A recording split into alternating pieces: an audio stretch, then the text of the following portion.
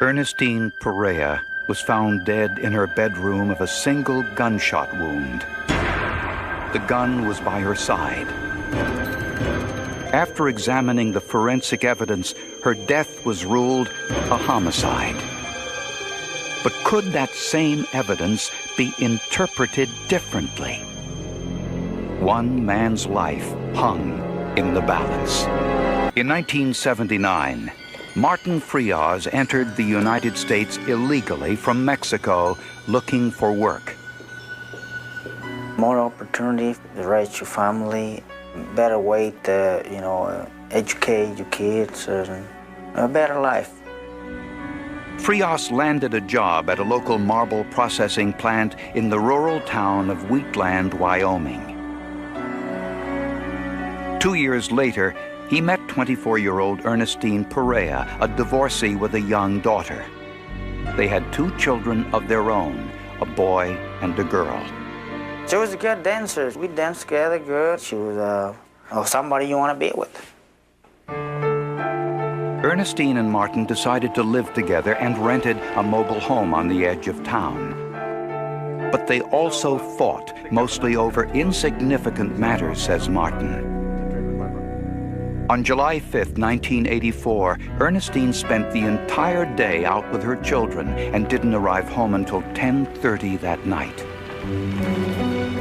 Martin put the children to bed while Ernestine went to sleep in the couple's bedroom.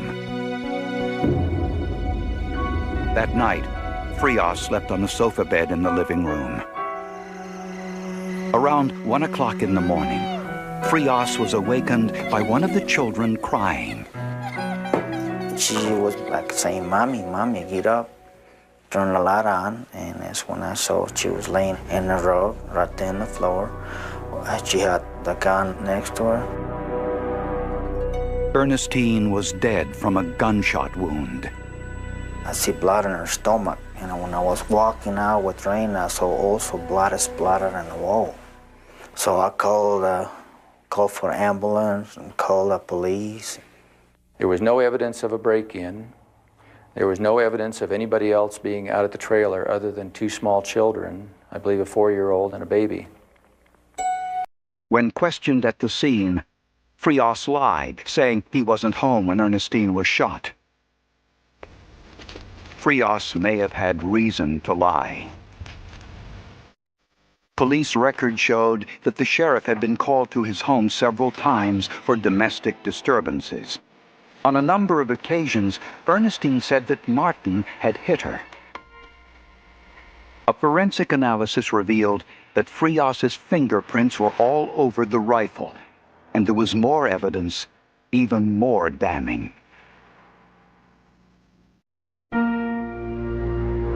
When Ernestine Perea was found dead of a gunshot wound, her common-law husband, Martin Frias, denied he was home when the shooting occurred. But he later changed his story and admitted he was home that night. Investigators discovered that Ernestine was with some male friends earlier on the day she died. She had been wrestling in the grass. She'd been drinking with these friends. And also that Martin Frias had evidently ridden by the park at that time and very possibly may have seen them. Frias said Ernestine had come home drunk. Tests proved this correct. Her blood alcohol level was 0.26, 2.5 times the legal limit.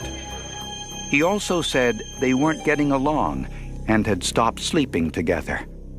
We knew there had been problems between the 2 of them. He was sleeping out on the couch in the living room at that time. He'd been banished from the bedroom. Although he said he was sleeping down the hall, he claimed he never heard the gun go off. He told investigators he was sleeping on the couch at the other end of the hallway in the trailer. And at some time during the night, about the time when it's believed that the gun went off, he said he heard what he thought to be a twig breaking at night. And he heard that, and then he went back to sleep. Frias said Ernestine committed suicide. Next to Ernestine's body was a high-powered .300 Magnum hunting rifle which belonged to Frias. His fingerprints were on the rifle, Ernestine's fingerprint was found on the scope. Her pants were ripped near the zipper, and the button had been pulled off, indicating some sort of struggle. Ernestine had a large wound in her abdomen and a much smaller wound in her back. Since exit wounds are generally larger than entrance wounds, the coroner was certain that Ernestine had been shot in the back. The bullet had entered through a wound which was a little less than ½ inch in size. It had struck the vertebrae, had gone through the body, and had come out through the abdomen on the front side. Also supporting the homicide theory was the evidence on Ernestine's blouse. On the inside of the shirt, there were copious amounts of course, blood and tissue, but I also found bone fragments and lead fragments from the bullet as it was disintegrating, passing through the body.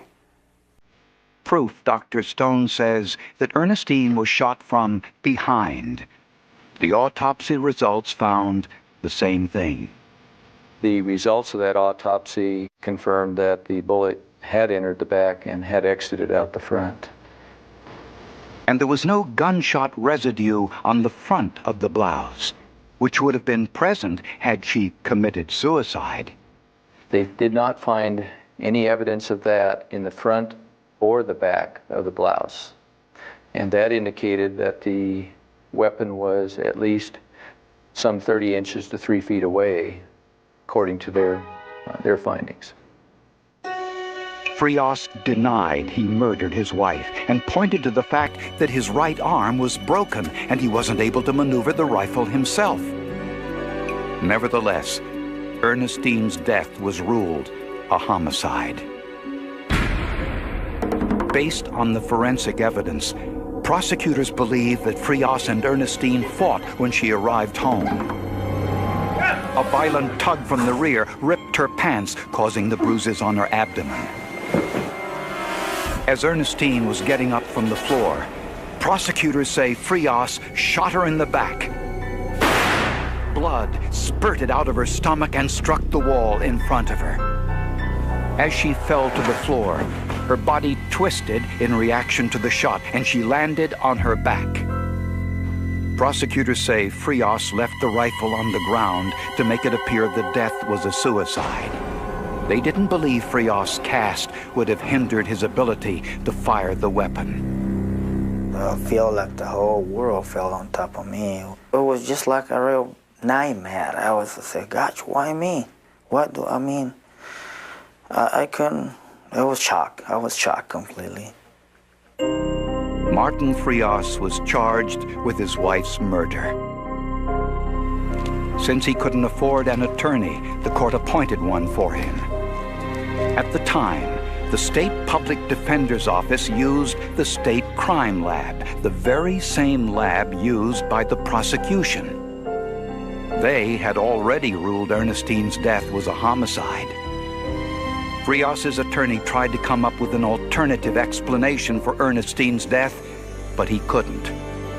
We felt bad about how the trial was going to go. I remember a public defender investigator named Walt Carroll and I talking before the trial started about what a grim prospect it looked like for Martine. And they were right. The jury convicted Frias of second-degree murder and sentenced him to 25 to 35 years in prison. But the story doesn't end there. After the murder conviction of Martin Frias, his attorney, Robert Moxley, started gathering information to file an appeal. Meanwhile, Moxley started to have misgivings about the competency of the state's pathologist who had performed the autopsy. The pathologist in this case was not qualified to do forensic cases. And that's probably being charitable. So he asked Dr. Robert Lance, an independent gunshot residue expert, to test Ernestine's blouse. I've used a much more sophisticated, much more modern technology called scanning electron microscopy with X-ray emission. And what this does is it provides much better sensitivity for gunshot residue. What this told me was the gunshot residue had come from the front very clearly and had followed the bullet right on through her abdomen and come out the back. This contradicted tests done by the state crime lab, which found no evidence of gunshot residue anywhere on the blouse.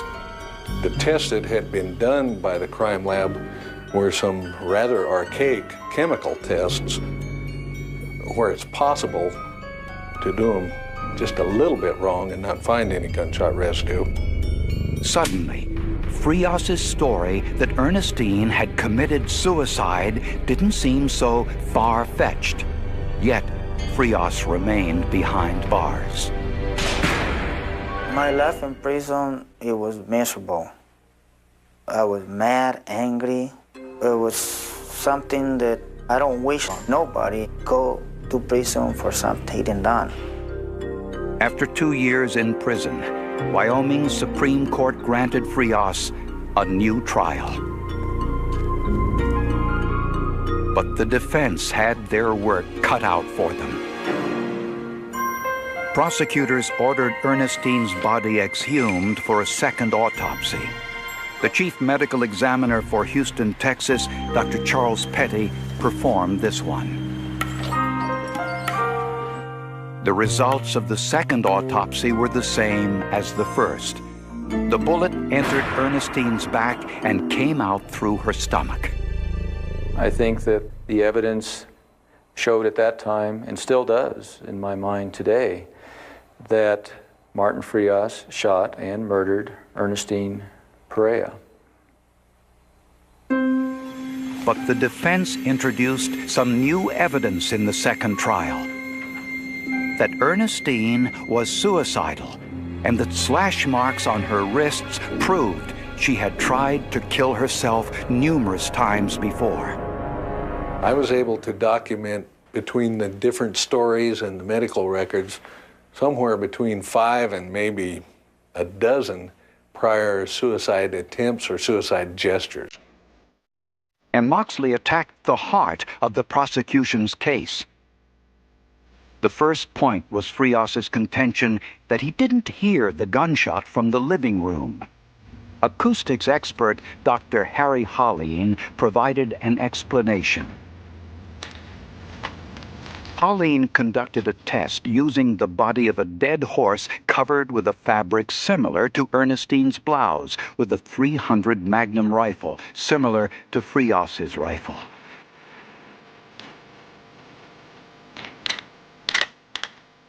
The first shot, 3 feet away from the horse, was very loud. When the gun was fired in the open, we got dB readings of somewhere between 110 and 120 dB, and it sounded like gunfire. But when the muzzle was placed against the skin and material, it sounded very different. The gunshot doesn't sound like gunfire. It sounds like someone kicking the side of a building or kicking a piece of furniture, and the energy level is quite low. The sound was similar to what Frias described on the night of his wife's death. Judy Bunker, a blood spatter expert, analyzed the blood evidence on the wall, only 18 inches from the floor. She says it clearly shows Ernestine was sitting on the floor with the rifle to her stomach when the shot was fired.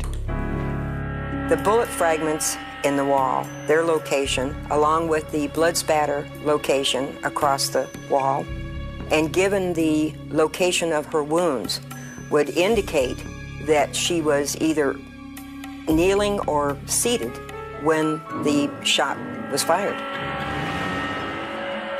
And she found no blood spatter evidence to suggest, as prosecutors contended, that Ernestine was shot in the back, then twisted in the air while falling to the floor.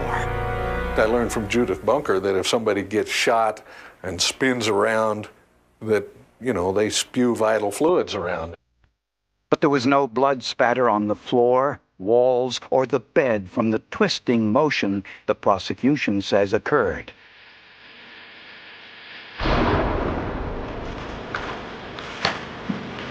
The defense theory was clearly suicide. That Ernestine held the muzzle of the rifle to her stomach with one hand, then leaned over and pushed the trigger with the other.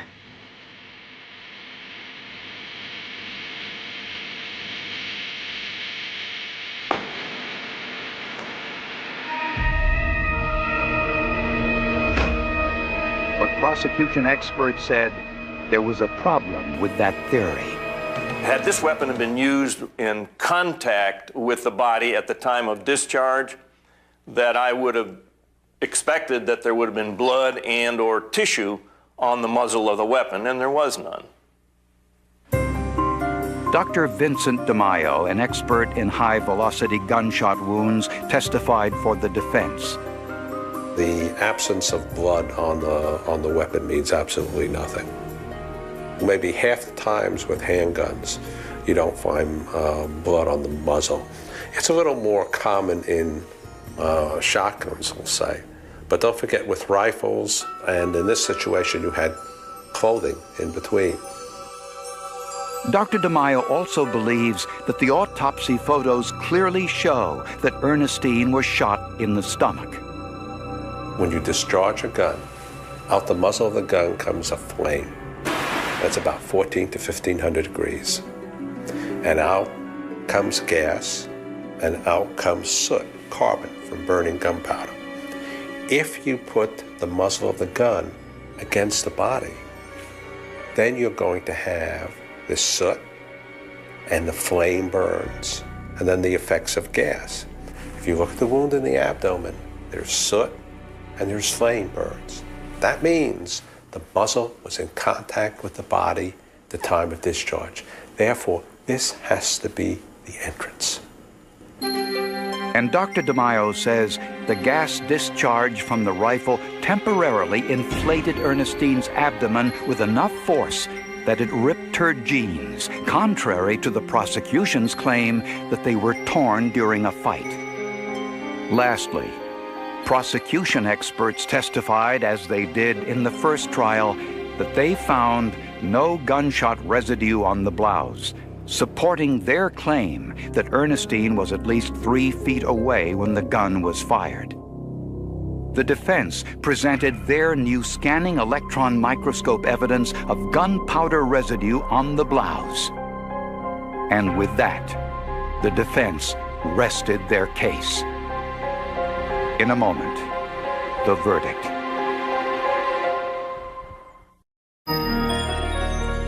In Martin Frias's second murder trial, there were 2 very different theories presented to the jury. The prosecution theory was that Martin Frias shot Ernestine in the back as she was getting up from the floor after a fight. After the shot, Ernestine twisted as she fell to the floor, which explains why she was found on her back. The defense maintained that Ernestine was sitting on the floor. The rifle was upside down. She used one hand to hold the muzzle against her stomach and the other to push the trigger.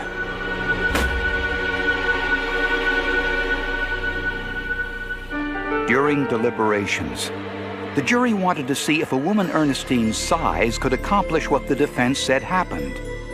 And there was a small woman on the second jury. They took the gun into the jury room, and she sat down on the floor and replicated my theory.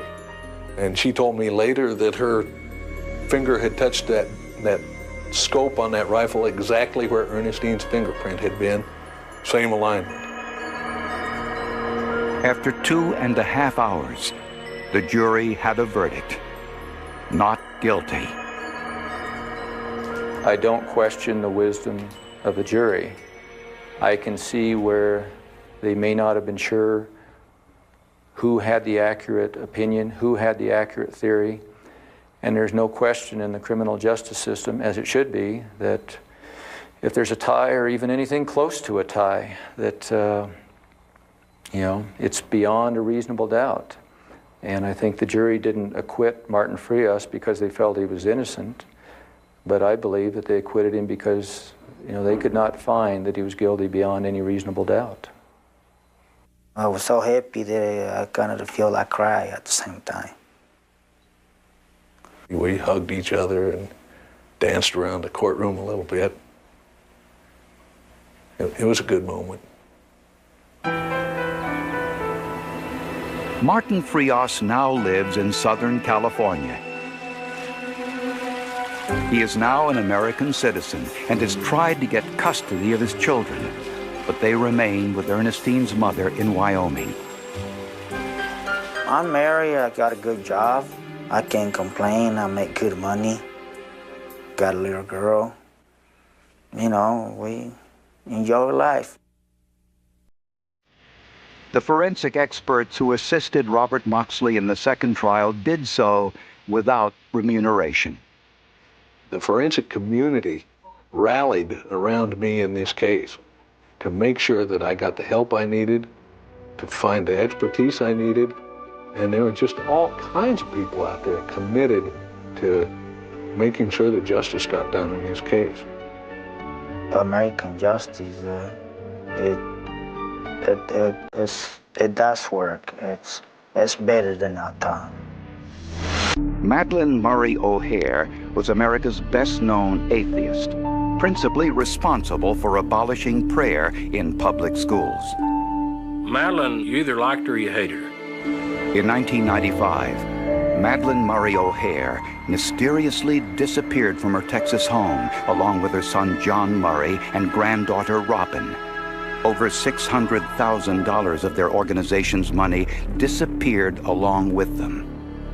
What is it not to love about this story? It involves greed, it involves gold, it involves the most hated woman in America. This is a sexy story, and we should tell it. It was a local newspaper reporter playing forensic detective who helped solve the case. Madeleine Murray O'Hair was often called the most hated woman in America. Mr. Withers, is this a form of harassment? If it is, I will leave. I am creating the record. No, you're not creating the record. You are wasting my time. These are... When you're done reading that, call me. I'll be in the ladies' room. Is it your understanding then that you have brought no documents today? Call me in the ladies' room when you are done. She was an avowed atheist who achieved fame in 1963 by opposing prayer in public schools. She took her case all the way to the United States Supreme Court and won. She founded the non-profit group The American Atheists, as well as a magazine preaching the gospel of strict separation of church and state. She also wrote articles for Larry Flint's Hustler magazine and was the subject of a Playboy magazine interview. Madeleine O'Hair was a difficult woman to work with and was notorious for speaking her mind. All right then, don't with me. I have never encountered a more bitter, more distasteful person than Madeleine Murray O'Hair. Don't touch me. She was extremely foul-mouthed to the point that even though we were doing an interview about something that she wanted us to do a story on, we had to stop the interview in the middle because she was cursing so much. Here, you have a limited opportunity this morning to ask me questions. Why don't you get to the question? In August of 1995, 77-year-old Madeleine, her 40-year-old son John, and 30-year-old granddaughter Robin left Austin, Texas, without saying a word to anyone. The staff of the American Atheist Organization found a note on their office door saying the O'Hairs had been called away for an emergency and didn't know when they would return. John's Mercedes-Benz and Robin's Porsche were gone too. But they left their passports behind, as well as Madeleine's diabetes medicine and her 3 dogs. Madeleine may not have cared very much for people, but she sure loved those dogs, we were told. Couldn't get in touch with them, and I got concerned, so I started making phone calls, and then I called John's cell phone, and that's when Madeleine answered. But Madeleine wouldn't tell board member Ellen Johnson where she was. Johnson said the calls were short and strained, and she worried that Madeleine and her son were under some sort of duress. I questioned him about what was going on, and he tried to reassure me that everything was okay, and I believed it. Just 1 month later, Madeleine and John stopped answering their cell phone calls. When Ellen Johnson took over the American Atheist Group in Madeleine's absence, she discovered that since the O'Hares disappeared, more than $600,000 was missing from the organization's bank account. Suddenly, you have three people and a very large amount of money all disappearing at the same time, and this makes it far more interesting. John McCormick covered the disappearance for the Express News in San Antonio, Texas. Among the atheists, there was a very peculiar silence, but beneath it was a very profound concern. They were very concerned. They didn't know what to do. They hadn't really attempted to get any help from law enforcement. No one associated with the American Atheists reported the three missing, and it wasn't until a year later that Bill Murray, Madeleine's estranged son, filed a missing persons report with Austin police. Madeleine and Bill had a rocky relationship. In 1980, on Mother's Day, Bill told Madeleine that he had embraced Christianity and was no longer an atheist. He then went public, writing a book and making a film attacking his mother's beliefs. My mother loved confrontations, and she never hesitated to use me as an accomplice in her schemes. She wanted to push the school prayer issue as far as she could, so she instructed me to keep a record of prayer and Bible reading at school. It was here in my home my mother made me a spy for the cause of atheism. Madeleine immediately disowned him, and Bill never again spoke with his mother, his brother John, or his daughter Robin. Bill didn't know if his family's disappearance was foul play or if they had stolen the atheists' money and fled. A year after Madeleine Murray O'Hare disappeared with her son John Murray and granddaughter Robin, journalist John McCormick learned what the American Atheist Group already knew, that John Murray had withdrawn over $600,000 from the atheist bank account just weeks after the three disappeared. McCormick also examined John's cell phone records, which indicated he had been living in San Antonio, Texas, after his disappearance. Many of the 200 calls were suspicious. They've been calling financial institutions, they've been calling airlines, they've been calling drugstores to get Madeleine's prescriptions. There were more than 150 calls. They called jewelry stores. One of those jewelry stores was on Frederickson Road in San Antonio. The owner said that John Murray purchased $600,000 worth of gold coins using cash. Even after Madeleine's son, Bill Murray, reported the three missing, the Austin police showed little interest. There was no investigation by the Austin Police Department. It was a total joke. The police reaction may have been based on their belief that Madeleine and her family absconded with the atheist money and that it was an internal matter. How can somebody that's that famous turn up missing with all that money and still no one wants to look for her? So I decided I'd be part of the team that went looking. Television news reporter Valerie Williams discovered that John Murray sold his Mercedes-Benz for $15,000, well below the car's value, to this man, Mark Sparrow. John Murray? The seller identified himself as John Murray. Sure, no problem. Low miles. Yeah, it's 20,000, is that about right? Yeah. But when shown a picture of John Murray, Sparrow said it wasn't the man who sold him the car. He said his name was John Murray, and that's not the guy who sold me the car. Would you mind taking a look at these mugshots for me? After reviewing mugshot pictures, Mr. Sparrow identified the impersonator as another missing person, an ex-convict named Danny Fry. This was an interesting coincidence.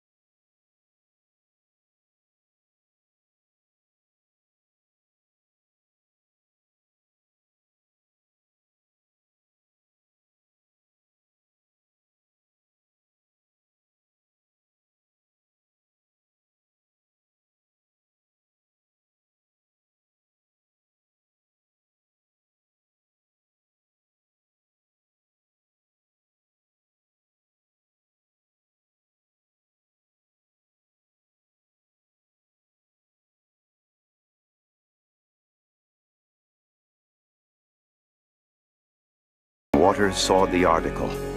Friends say he vowed revenge.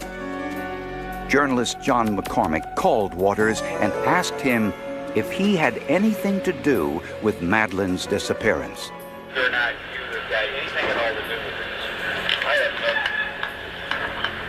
no. I didn't believe a word he said, but he spoke as though, it was the truth. McCormick discovered that David Waters, Danny Fry, and another ex-convict, Gary Carr, were all working together in Austin, Texas around the time the O'Hares disappeared in August of 1995. And not long afterwards, a headless, handless male torso was discovered in a Dallas river. They'd spent 3 years trying to figure out who it was, but they had no fingerprints, no dental, and they had no missing persons records that matched this disappearance, so they were totally stumped. McCormick had a hunch that this body was somehow connected to the O'Hares' disappearance. Not long after the O'Hares disappeared, a male torso was found in a Dallas river. Without a head or hands, fingerprints and dental records couldn't be used for identification. Forensic anthropologists estimated the man to be between the ages of 35 and 45. He had a stocky build and a lot of chest hair. The description didn't fit Madeline's son, John. But journalist John McCormick had a hunch. He told police that it might be Danny Fry, the man who had impersonated John Murray when selling his car. Scientists took DNA from Danny Fry's brother and compared it to the blood DNA of the torso. It was a match. Just as McCormick suspected, the dead man in the river was Danny Fry. The blockbuster was when we could write a story that said that the headless corpse in Dallas was Danny Fry, and by the way, he was last seen with David Waters in Austin, and by the way, he spent his last month in San Antonio at the same time the O'Hares did, so that really kicked in the door. Suddenly, local, state, and federal law enforcement officials took notice and joined the investigation. When David Waters' ex-girlfriend, Patty Steffen, read about Danny Fry's murder in the newspaper, she immediately called the FBI. At first, she wanted to tell us small bits and pieces. You have to understand, this was a woman who was terrified. She gave investigators an important lead. 3 years earlier, she said that David Waters had rented a storage unit around the time the O'Hares disappeared, and that Waters had once gone there with this spray canister. Laboratory tests on the canister revealed it had once contained bleach, which is sometimes used to remove blood evidence.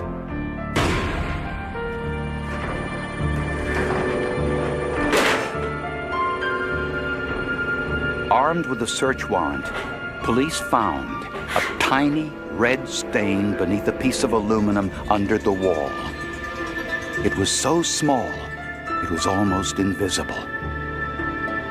With blood from Madeline's son Bill for comparison, a mitochondrial DNA test revealed the stain was a mixture of two people, Madeline Murray O'Hare and her son John Murray.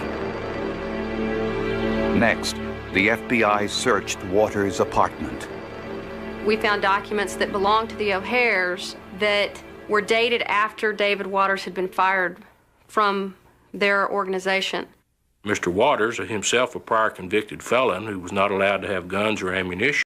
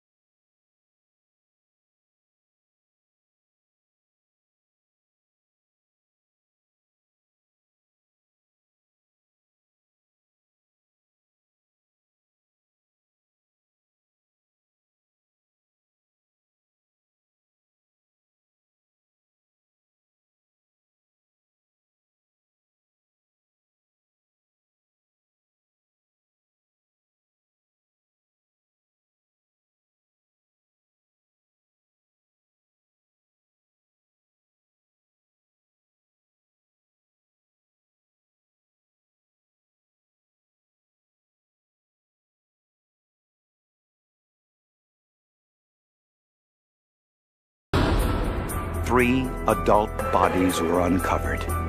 In each case,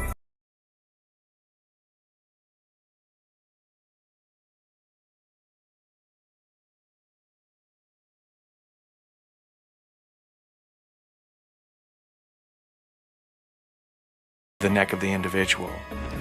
There were some remnants of clothes that were found, but no clothes that were intact. There had been some effort to burn the remains, not to the point of cremation, but in order to destroy maybe the clothing or any other, DNA evidence that might be there.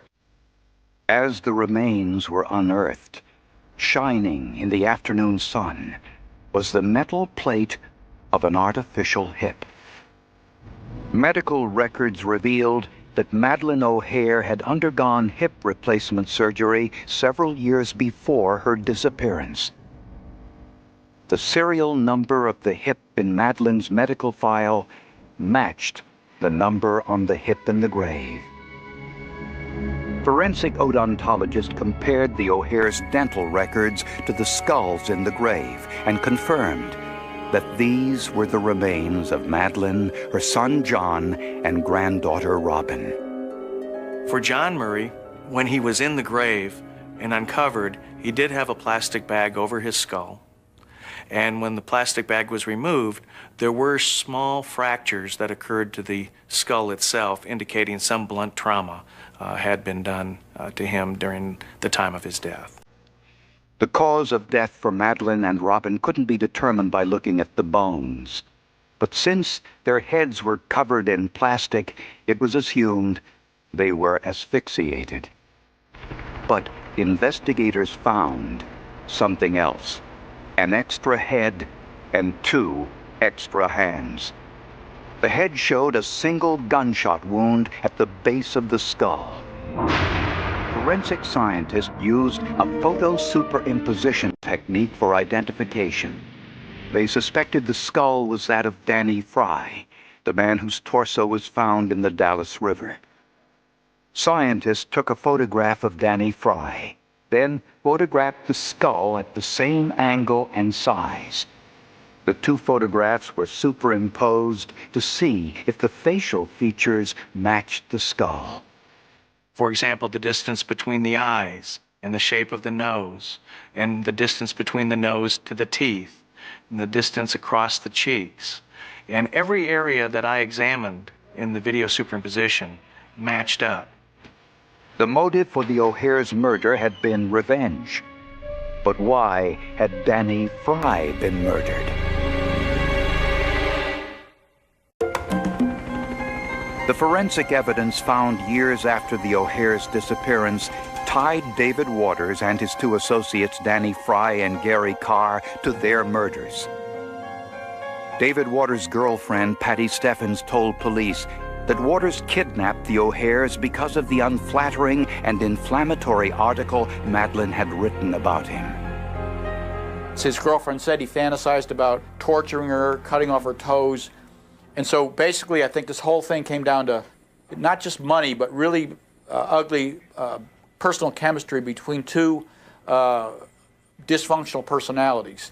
For David Waters, it was about revenge. He wanted the ultimate revenge on Madeleine O'Hare, and the money was just a byproduct. After kidnapping the O'Hares, Waters forced John Murray to withdraw $600,000 from the Atheist bank account and then took him to the jewelry store to exchange the $600,000 for gold coins. The O'Hares were most likely dead by the time Danny Fry impersonated John Murray to sell his car. But why was Danny Fry killed too? The answer was his drinking. We knew that Danny Fry drank, and loose lips sink ships. And by what David had told Bob Fry about his brother, and that was, your brother has a big mouth, could be the thing that caused his death. But David Waters made several crucial mistakes.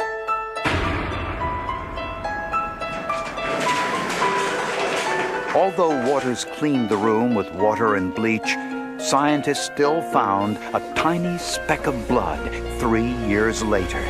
identified by mitochondrial DNA as that of John Murray and Madeleine O'Hare.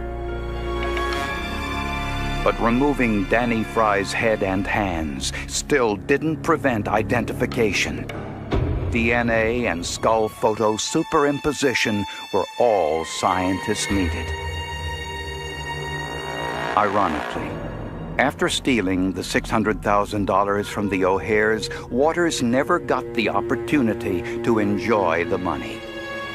It was stolen from him.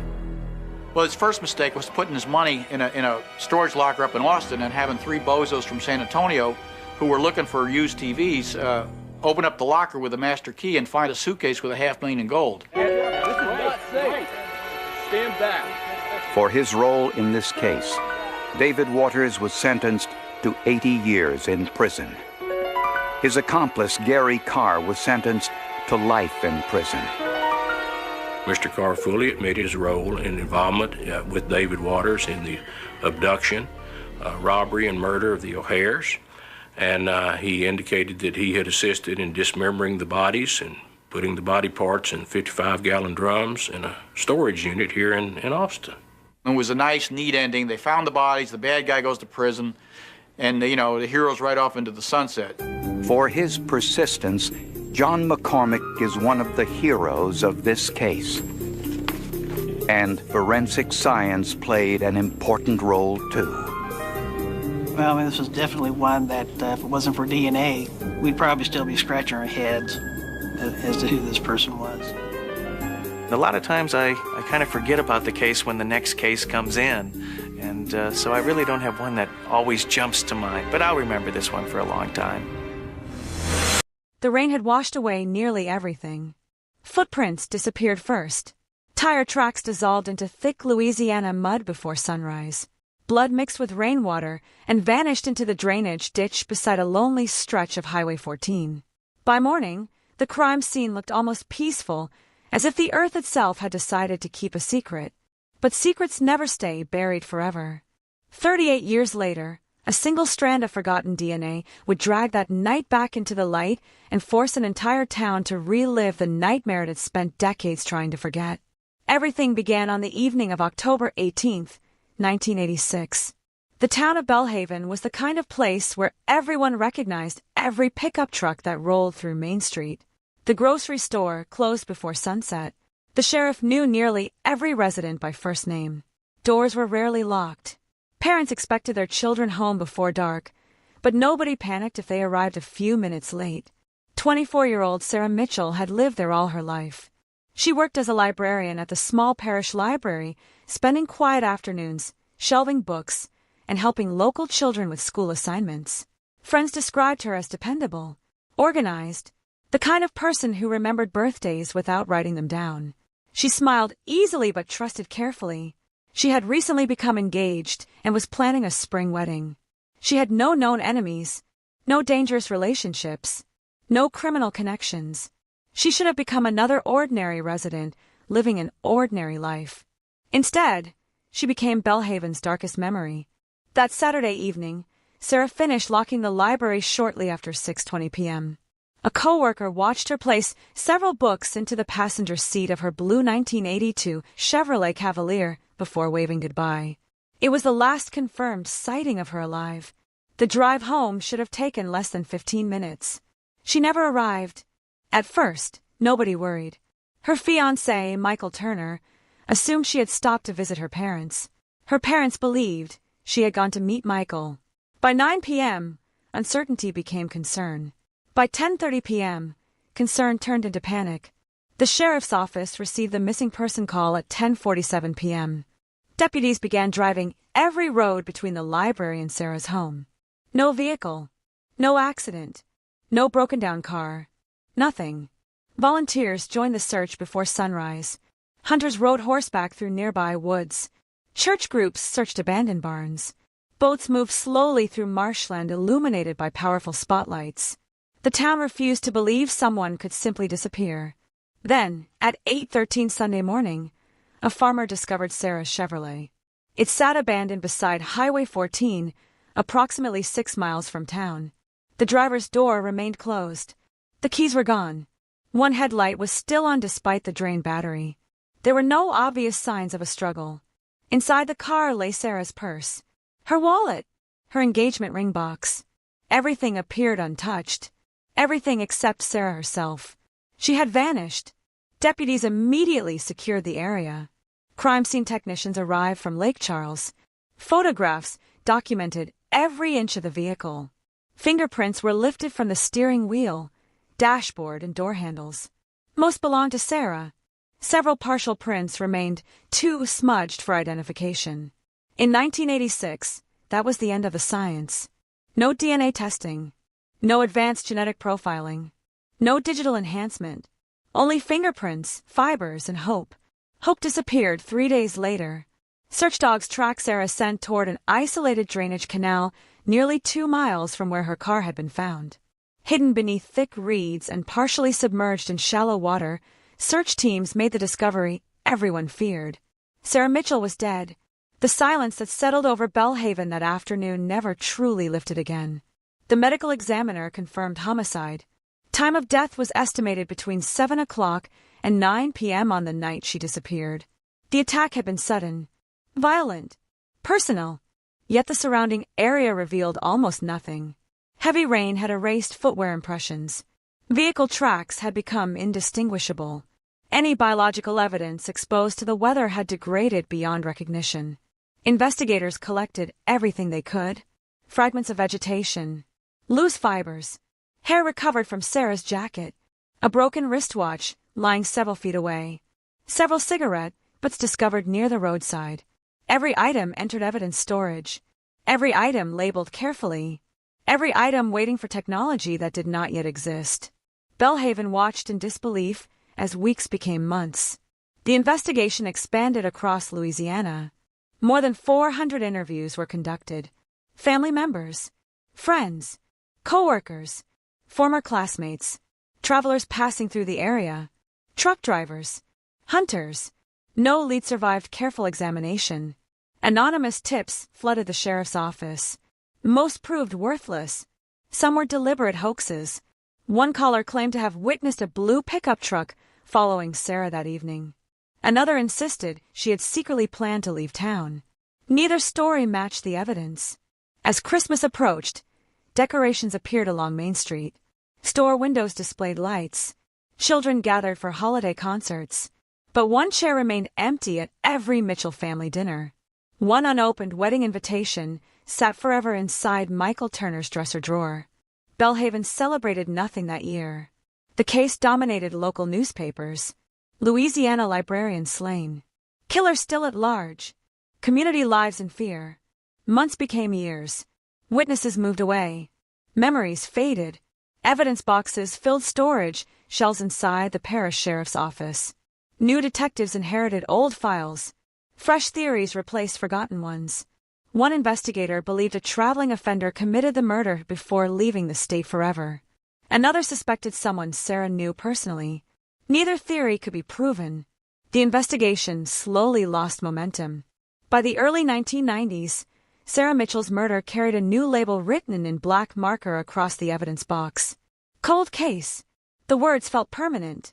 Generation after generation grew up hearing the story. Parents warned teenagers never to drive alone after dark. Children pointed toward Highway 14 whenever conversations turned to ghost stories. Older residents still remembered the flashing police lights reflecting off rain-soaked pavement. Nobody forgot the date. October 18th. Every year, flowers appeared beside the drainage canal. Nobody admitted leaving them there. Nobody needed to ask. Time continued moving forward. Technology transformed criminal investigations across America. DNA profiling solved murders once believed impossible. Fingerprint databases became computerized. Digital forensics revolutionized evidence analysis. Cases older than Sarah's suddenly collapsed beneath the weight of modern science.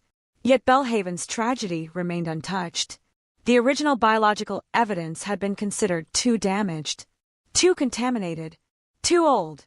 At least, that was what everyone believed. Then, during the spring of 2024, the Louisiana State Police launched a statewide initiative to re-examine unsolved homicides using advanced forensic methods unavailable decades earlier. Hundreds of forgotten evidence boxes were removed from storage. Sarah Mitchell's case was among them. Forensic analyst Emily Carter carefully opened the aging container. The cardboard smelled of dust and time. Inside rested dozens of sealed envelopes, photographs fading toward yellow, handwritten witness statements, fiber samples, hair evidence, clothing preserved for nearly 4 decades. Then she noticed something almost overlooked. A small paper envelope tucked beneath the victim's jacket. Its evidence label read only 6 words.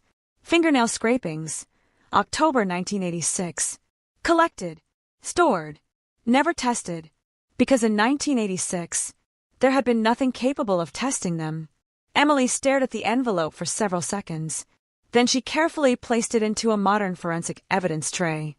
Nobody inside the laboratory realized it yet, but hidden beneath microscopic fragments trapped beneath Sarah Mitchell's fingernails for 38 years. The killer had unknowingly left behind a signature that time could not erase. And before another month had passed, that forgotten trace of DNA would awaken a case everyone believed was buried forever. The evidence envelope had remained sealed for 38 years. Its edges had yellowed. The ink on the handwritten label had faded until only faint blue strokes remained. Every detective who had inherited Sarah Mitchell's case had seen it. None had been able to use it. In 1986, fingernail scrapings represented little more than a precaution. Investigators collected them because protocol demanded it, not because science could reveal much from them. Now, everything was different. Inside Louisiana State Police Crime Laboratory, forensic analyst Emily Carter opened the envelope under sterile conditions. Every movement was recorded. Every instrument had been sterilized. No room for contamination. No second chance. The tiny fragments collected beneath Sarah's fingernails were almost invisible. Bits of skin, microscopic fibers, dirt, material that most people would mistake for ordinary dust. Emily separated each particle beneath a high-powered microscope. The extraction process lasted nearly 14 hours. Nobody expected much. After nearly 4 decades, biological material often degraded beyond recovery. Yet modern forensic chemistry had rewritten those assumptions many times before. The sequencing machine began processing shortly after midnight. By sunrise, the first results appeared on the monitor. Emily stared silently. One profile belonged to Sarah. Expected. Another profile. Male. Partial. But remarkably well preserved. She checked the controls again. Ran the sample a second time. The result didn't change. Someone else's DNA had survived beneath Sarah Mitchell's fingernails for 38 years. The laboratory supervisor entered the room carrying coffee. Emily simply turned the monitor toward him. He needed only a few seconds. Call cold case. Detective Nathan Brooks had spent nearly 12 years investigating unsolved homicides. He had learned never to celebrate too early. DNA created opportunities, not miracles. A partial profile still required someone to match it. Without a suspect, it remained another unanswered question. The profile entered Cody's that afternoon. Thousands of law enforcement agencies across America shared access to the national DNA database. The search began automatically. Hours passed. No match. Nathan wasn't surprised. Many offenders had never been arrested for crimes requiring DNA collection. The killer could have lived quietly for decades, started a family, changed states, even died. Still, the evidence existed now. That alone changed everything. Nathan reopened every interview conducted in 1986. More than 400 statements, boxes filled with yellowing paper. Most described ordinary observations. Who Sarah spoke with, where she had been seen, what she wore. Then one interview stopped him. Witness number 143. Gas station attendant. Statement taken October 20th, 1986. Victim arrived approximately 6:35 p.m. Purchased gasoline and a bottle of water. Nathan continued reading. Blue pickup truck parked beside victim's vehicle. He frowned. That detail had received little attention in the original investigation. The witness couldn't identify the driver, couldn't provide a license plate. Only one sentence stood out. Driver appeared to know victim.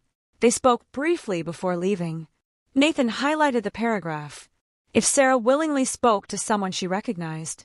The investigation looked very different. The gas station itself still stood outside Belhaven.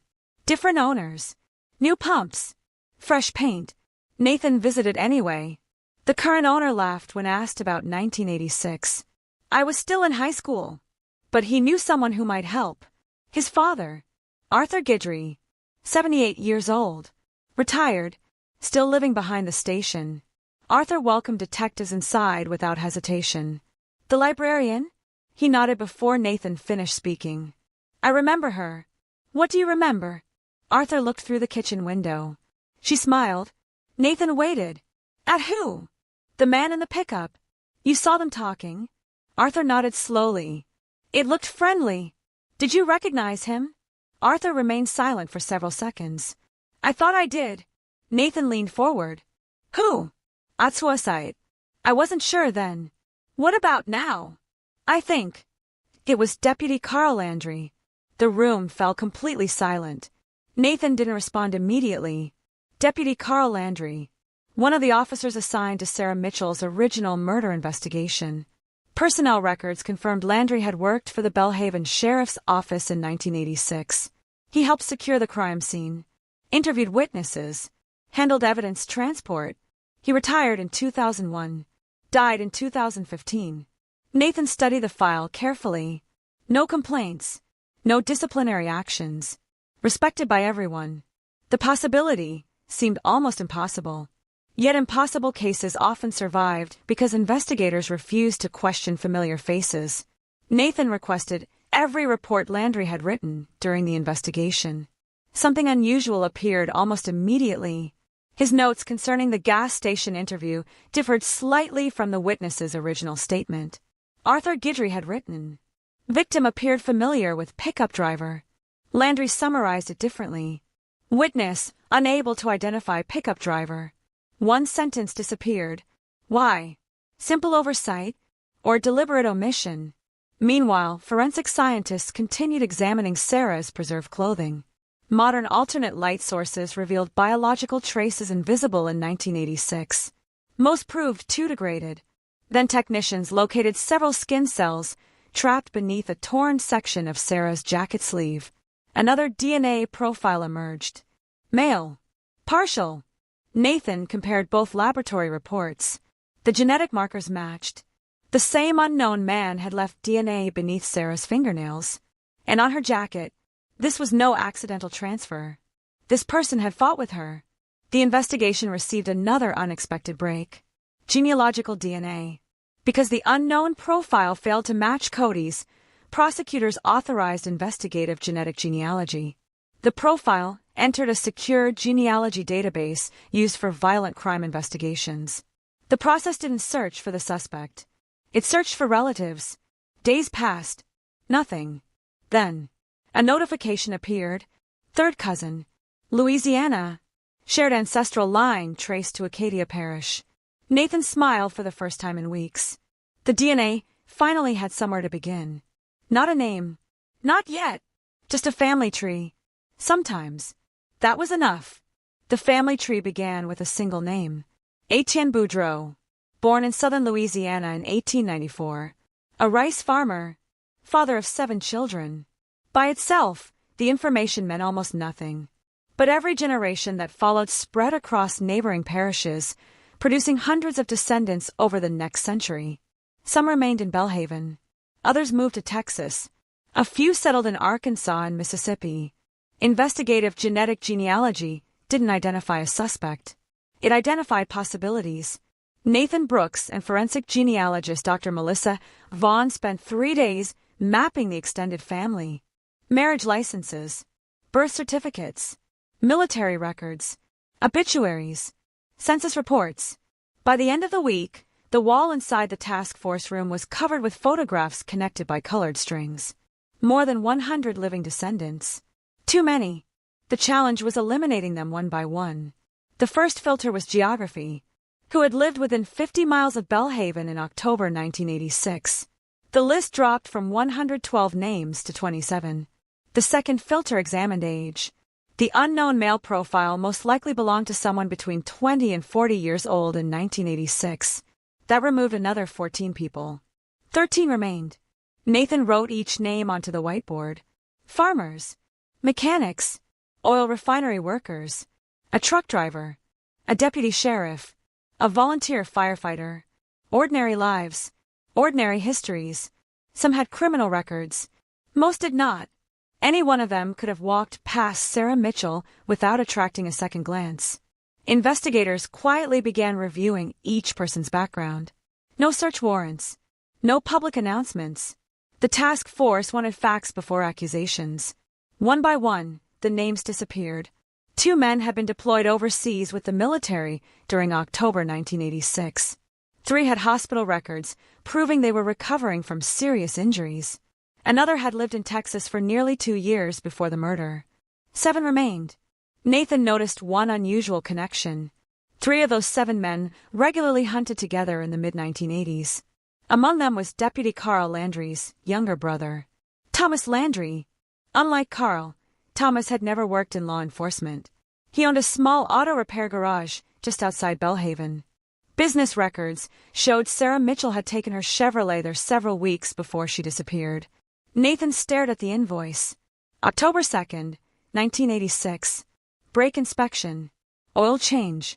No repairs recommended. He slowly leaned back in his chair. Thomas Landry knew Sarah. Sarah knew Thomas. That fact had never appeared anywhere in the original investigation. Nathan drove to the abandoned garage the following morning. The business had closed nearly 15 years earlier. Rust covered the service bays. Tall weeds pushed through cracked concrete. An elderly man sweeping the neighboring property recognized the building immediately. Tom's old place. You knew him. Everybody did. What kind of man was he? The neighbor shrugged. Quiet. Helpful. Kept to himself. Nathan showed him a photograph of Sarah Mitchell. Recognition came instantly. She came here. Often. Couple of times. What for? Car trouble. Nathan asked carefully. Did they seem close? The old man hesitated. I wouldn't say close. But Tom liked talking to her. Nathan noticed the hesitation. You don't sound convinced. The man lowered his broom. My wife always thought he liked her more than she liked him. Back at headquarters, investigators reopened Thomas Landry's financial records. Nothing unusual appeared at first. Mortgage payments, utility bills, business expenses. Then forensic accountant Lisa Moreno found something unexpected.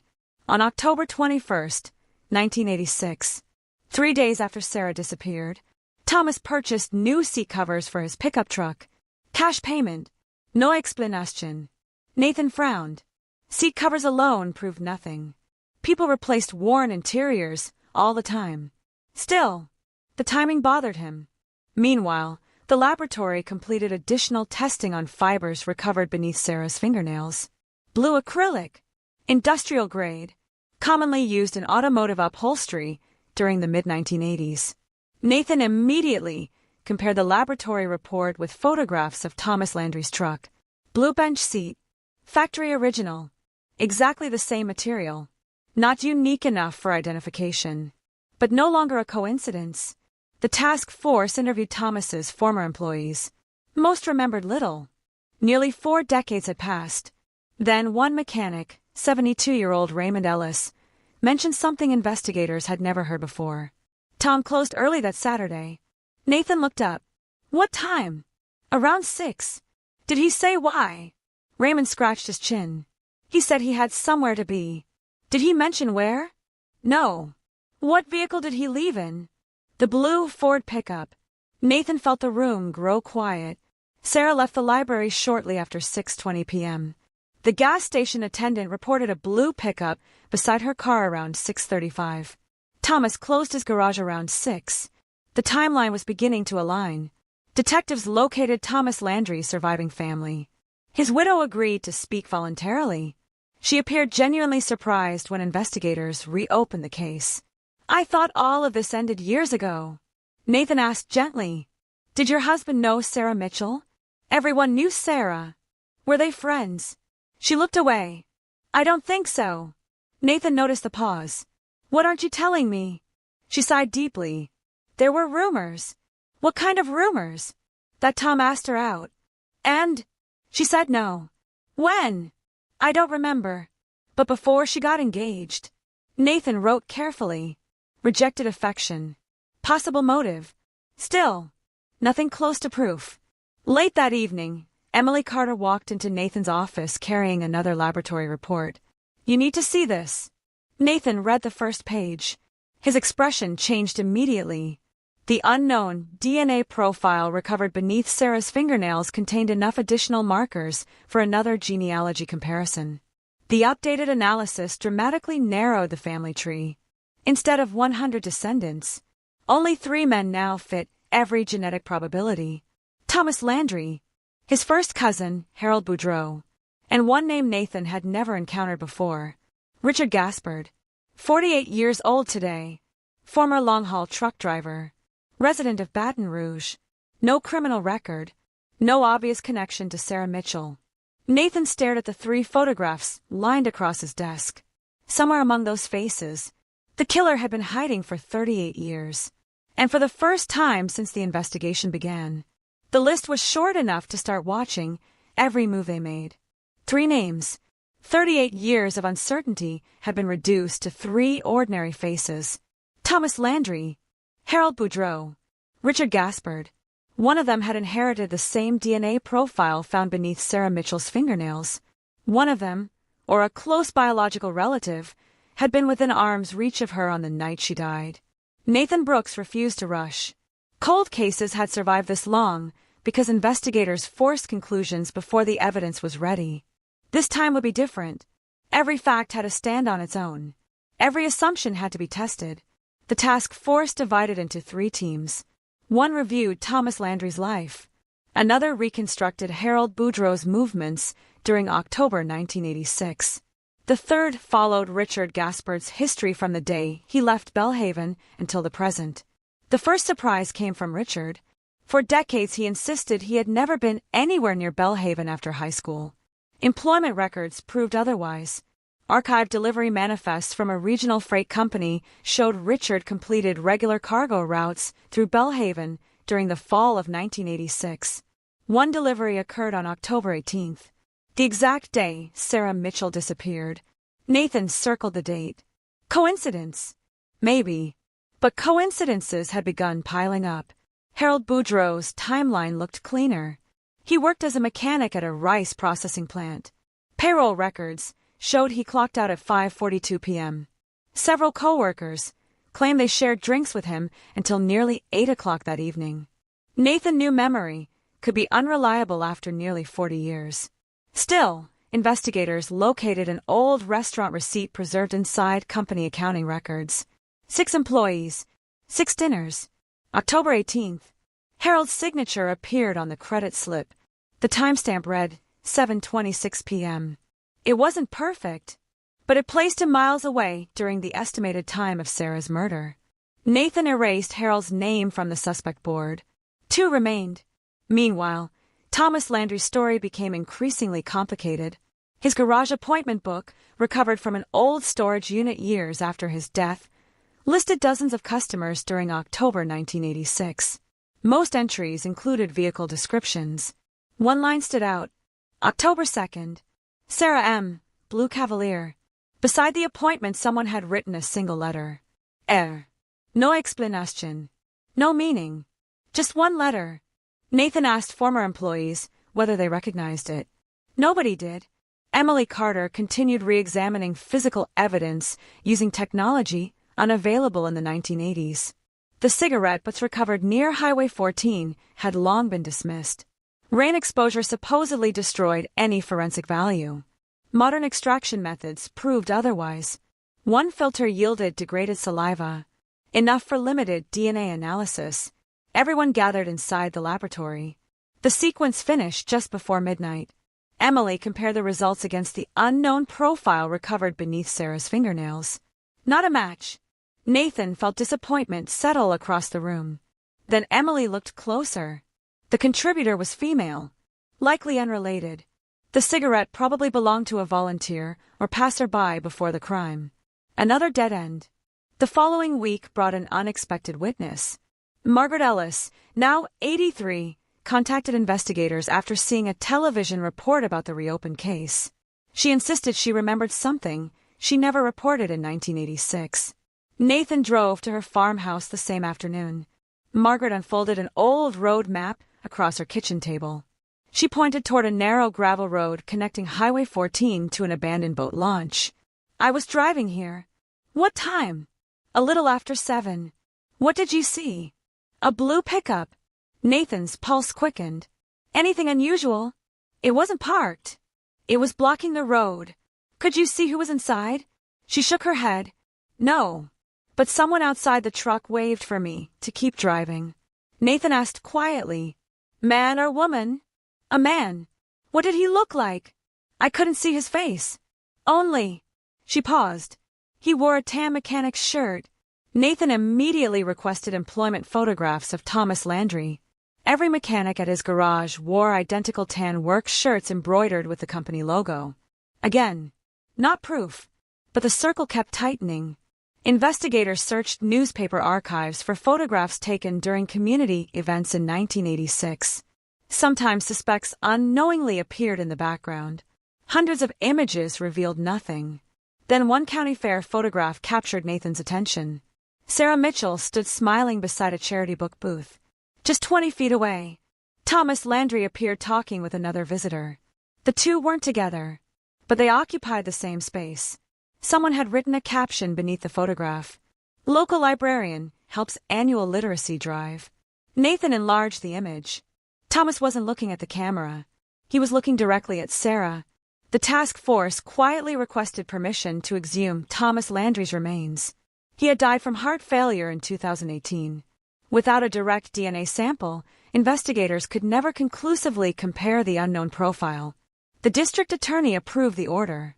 The Landry family objected emotionally but not legally. The exhumation occurred before sunrise to minimize public attention. Forensic specialists collected bone and tooth samples under strict chain of custody procedures. Then everyone waited. DNA extraction from decades old remains required patience. Sometimes weeks, sometimes months. Nathan hated waiting, but science refused to hurry. Late one evening, Emily walked into the briefing room carrying another folder. No excitement, just quiet determination. "I found something else." She placed 2 microscopic photographs side by side. One showed fibers from Sarah's jacket. The other came from Thomas Landry's preserved mechanic uniform recovered by investigators during the property search. Same polymer composition, same manufacturing process, same dye formulation. Not unique enough to identify a single garment, yet uncommon enough to attract attention.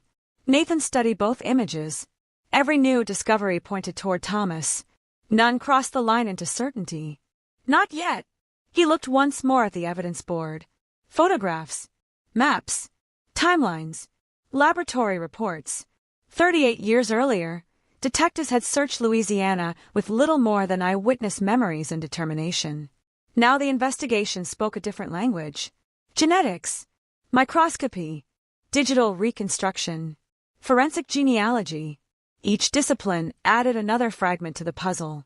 Each fragment brought investigators closer to a truth that had survived nearly 4 decades beneath dust, rain, and forgotten evidence. Then, just before midnight, Nathan's phone rang. The caller ID displayed only one line.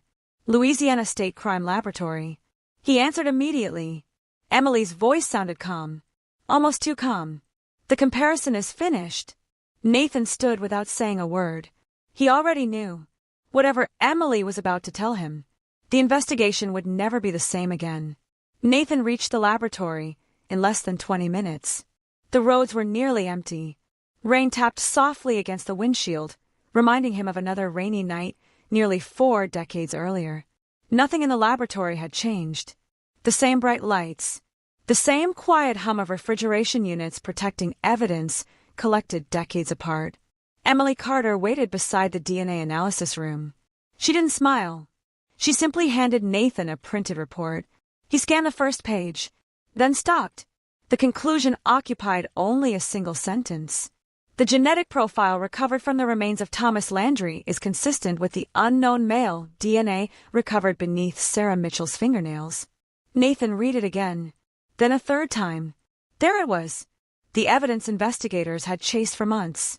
The unknown DNA belonged to Thomas Landry.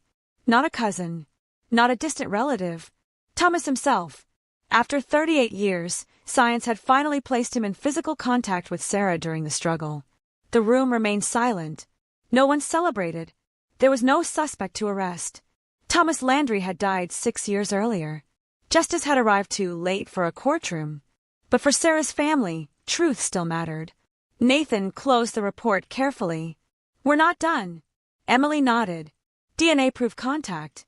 It did not explain everything. How had Sarah and Thomas met that night? Why had they left the gas station together? What happened during the missing hour between 6:40 and approximately 7:45 p.m.? Those answers still waited somewhere inside the evidence. The task force reconstructed Thomas's final movements before the murder. His mechanic shop closed shortly after 6. A witness placed his blue Ford pickup at the gas station. Another saw a blue pickup blocking the gravel road leading toward the abandoned boat launch.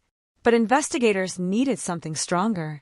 Nathan ordered technicians to re-examine every photograph taken at the original crime scene. Thousands of negatives had recently been digitized. Modern enhancement software revealed details impossible to notice in 1986. One image caught Emily's attention. The abandoned Chevrolet, parked beside Highway 14, reflected faintly in the driver's side window. Another vehicle, almost invisible. Only part of the grille and one headlight could be seen. Emily enlarged the reflection repeatedly. The resolution deteriorated quickly. Still, one detail remained sharp enough to recognize: a chrome hood ornament. Nathan immediately searched vehicle registration records. Thomas Landry's 1984 Ford F-150 had no hood ornament. Richard Gaspard's truck didn't either. Neither did Harold Boudreaux's. The reflected vehicle belonged to someone else. The discovery changed everything. If another vehicle stood beside Sarah's car, another person might have been present. Nathan reopened every interview mentioning additional traffic along Highway 14. Most witnesses remembered nothing unusual. Then he found a forgotten statement taken on October 23, 1986. Witness number 267. School bus driver. Observed dark sedan parked near Highway 14 around 7:15 p.m. The statement had been dismissed because investigators focused on trucks matching earlier descriptions. Now the sedan mattered. Vehicle registration records from Belhaven listed only 37 dark sedans, matching the witness description. Detectives eliminated owners one by one. Business trips, military service, hospital records. Eventually only 2 remained. One belonged to a traveling salesman. The other, Deputy Carl Landry, Thomas's older brother. Nathan slowly leaned back. Carl's patrol vehicle that evening had been a dark sheriff's sedan. According to official reports, he responded to an unrelated disturbance across town until nearly 8:30 p.m. Nathan requested dispatch recordings. Most radio traffic from 1986 had been erased years earlier. One cassette survived inside the parish archive. Technicians restored the deteriorating tape. Carl checked in at 6:42 p.m. Then, nothing. No radio communication for 53 minutes. The longest unexplained silence of his shift. At 7:35 p.m., he reported returning to patrol. Nathan stared at the timeline. 53 missing minutes. Exactly when Sarah disappeared. The task force interviewed retired dispatcher Linda Harris. She listened carefully as Nathan explained the timeline. I remember Carl. Reliable. Very. Did he ever leave his patrol area without reporting? Linda hesitated. Not usually. What about that night? She looked toward an old wall calendar hanging inside her kitchen. I thought it was strange. What? He called in late. Late. He sounded out of breath. Nathan's heartbeat quickened. What exactly did he say? Linda closed her eyes. Back in service. Nothing else. He apologized for radio trouble. Nathan asked quietly, Did you believe him? Linda answered without hesitation. No. Investigators searched Carl Landry's retired patrol files. One document immediately stood out. A maintenance request submitted 3 days after Sarah's murder. Vehicle number 12. Complaint. Front grille damaged. Replace hood ornament. Nathan looked at Emily. Neither spoke. The damaged hood ornament. The reflection in Sarah's window. The unexplained radio silence. One coincidence could be ignored. 3 could not. Nathan visited Sarah Mitchell's younger sister, Rebecca. She had avoided media interviews for decades. This time she welcomed detectives inside. Nathan placed photographs of Thomas and Carl Landry on the table. Rebecca stared quietly, then pointed. Carl. Nathan froze. You recognize him? She nodded slowly. He came to our house. When? The week before Sarah disappeared. Nathan frowned. Why? He brought paperwork after someone vandalized our mailbox. Nathan searched the old case files. No vandalism report existed. Did Sarah know him? Rebecca looked uncertain. I think so. What makes you think that? She called him by his first name. Nathan felt the room grow silent. Sarah trusted Thomas because he repaired her car. She also recognized Carl. The brothers were not strangers. They had both entered her life weeks before the murder. Late that night, Emily reviewed one final laboratory result. Tiny paint particles recovered from Sarah's jacket in 1986 had finally undergone elemental analysis. The composition matched a metallic dark green, enamel manufactured exclusively for Louisiana State Fleet vehicles between 1983 and 1987. Sheriff's patrol sedans, state maintenance trucks, government vehicles. Thomas's pickup wasn't painted that color. Carl's patrol car was. Emily immediately called Nathan. He answered on the first ring. She spoke only one sentence. We've been looking at the wrong Landry. Nathan stood motionless in the darkness of his office. 38 years earlier, investigators believed one killer had crossed Sarah Mitchell's path on a rain-soaked highway. Now the evidence suggested something far more disturbing. Not one brother. 2. And somewhere between Thomas's DNA and Carl's patrol car lay the final truth about what really happened on the night Belhaven lost Sarah Mitchell. The theory no one wanted to consider was suddenly the only theory that explained the evidence. Thomas Landry's DNA was beneath Sarah Mitchell's fingernails.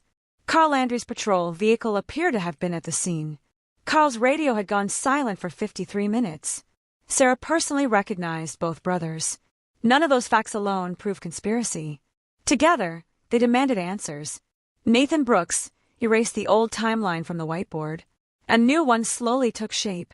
6:20 p.m. Sarah locked the library. 6:35 p.m. She stopped for gasoline. Witnesses saw her speaking calmly with a man beside a blue pickup. Thomas. Shortly after 6:40 p.m. Both vehicles left the gas station, heading south. Then, almost 1 hour disappeared.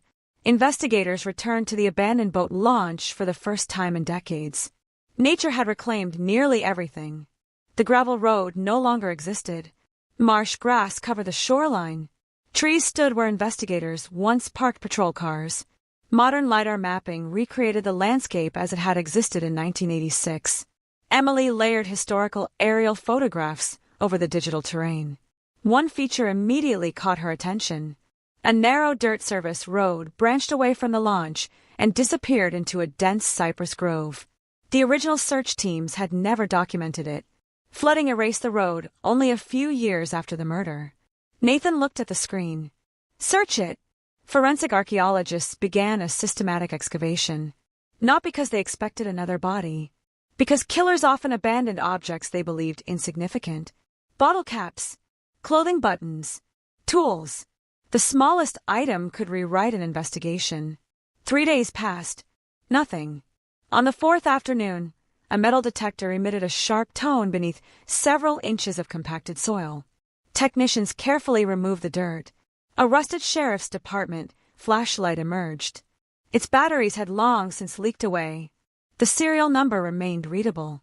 Property records identified it immediately. Issued to Deputy Carl Landry in 1985. Reported missing. Never. There was no record that Carl had ever lost department equipment. Nathan held the flashlight in silence. Police equipment had no reason to be buried beside an abandoned boat launch. Back at the laboratory, Fingerprint specialists examined the flashlight. The metal surface had deteriorated too badly for ridge detail, but tiny fibers remained trapped beneath the cracked rubber grip. Blue cotton, consistent with Sheriff's Department uniform shirts issued during the mid-1980s. Emily looked up from the microscope. Carl held this. Nathan nodded. We just need to prove when. The investigation widened. Retired deputies who had worked alongside Carl Landry received new interviews. Most offended him immediately. He'd never hurt anybody. He was respected. He loved that badge. Nathan expected those responses. Then retired Sergeant William Harper quietly interrupted. Not everyone respected Carl. Nathan looked up. Who didn't? Sheriff Doyle. The original sheriff had died years earlier. Harper continued. They argued constantly. About what? Carl cut corners. Nathan wrote carefully. Examples. He hated paperwork.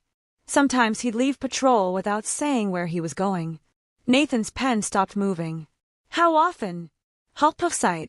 More than he admitted. Investigators searched Sheriff Doyle's personal retirement papers donated to the parish museum after his death. Among dozens of handwritten notes sat one sealed envelope labeled simply, Carl. Inside rested 2 pages. Neither mentioned Sarah Mitchell directly, but one paragraph stood out. Carl keeps covering for Tom. Family comes before the badge. Someday it'll destroy him. Nathan stared at the sentence. Carl covering for Thomas. Long before Sarah disappeared, whatever loyalty existed between the brothers had already become a concern inside the department. Emily continued reviewing microscopic evidence collected from Sarah's clothing. Near the jacket collar, she identified a tiny fragment overlooked for 38 years. Transparent plastic, smaller than a grain of rice. Infrared spectroscopy identified the material as polycarbonate, common today, rare in 1986. Nathan frowned. What used polycarbonate back then? Emily searched archive manufacturing databases. Emergency light bars, portable police radios, certain flashlight lenses. The recovered sheriff's flashlight used the same material. Another connection. Small, but impossible to ignore. Then came the phone call no one expected. Rebecca Mitchell wanted to speak again. Nathan drove to her home immediately. She carried an old cardboard box from the attic. I found these. Inside were birthday cards, letters, photographs. Near the bottom lay Sarah's personal appointment calendar. Most entries were ordinary.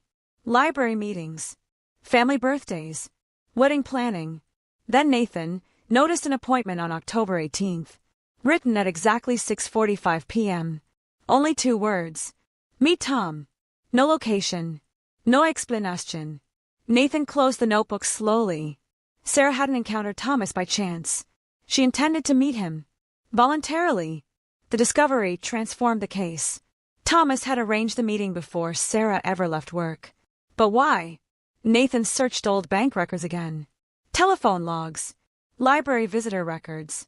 Finally, buried inside archived repair invoices from Thomas's garage, investigators found something previously dismissed.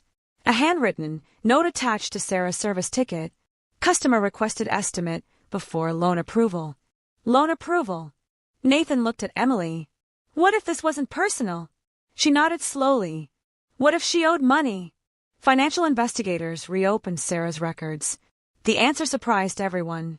She wasn't borrowing money. She was helping someone else apply for one. Thomas Landry.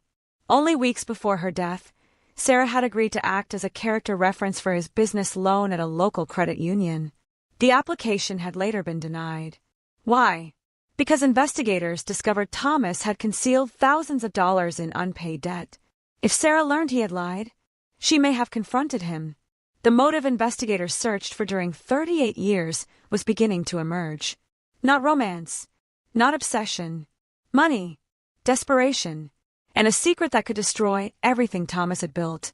Late that evening, Nathan stood alone inside the evidence room.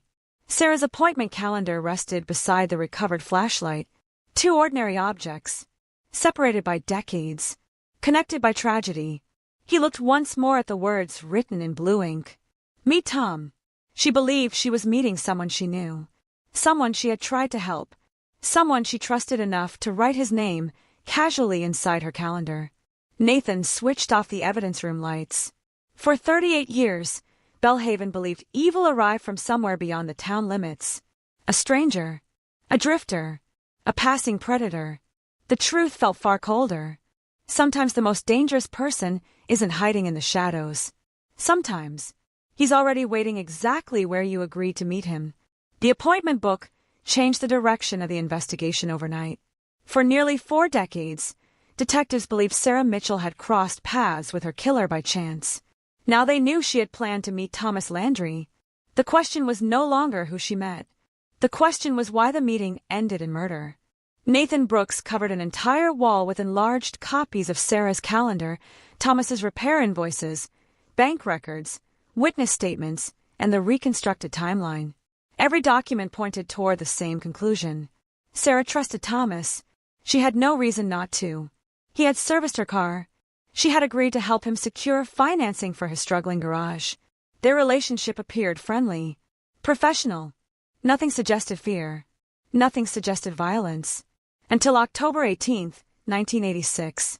Financial investigators uncovered another detail hidden inside archived credit union files.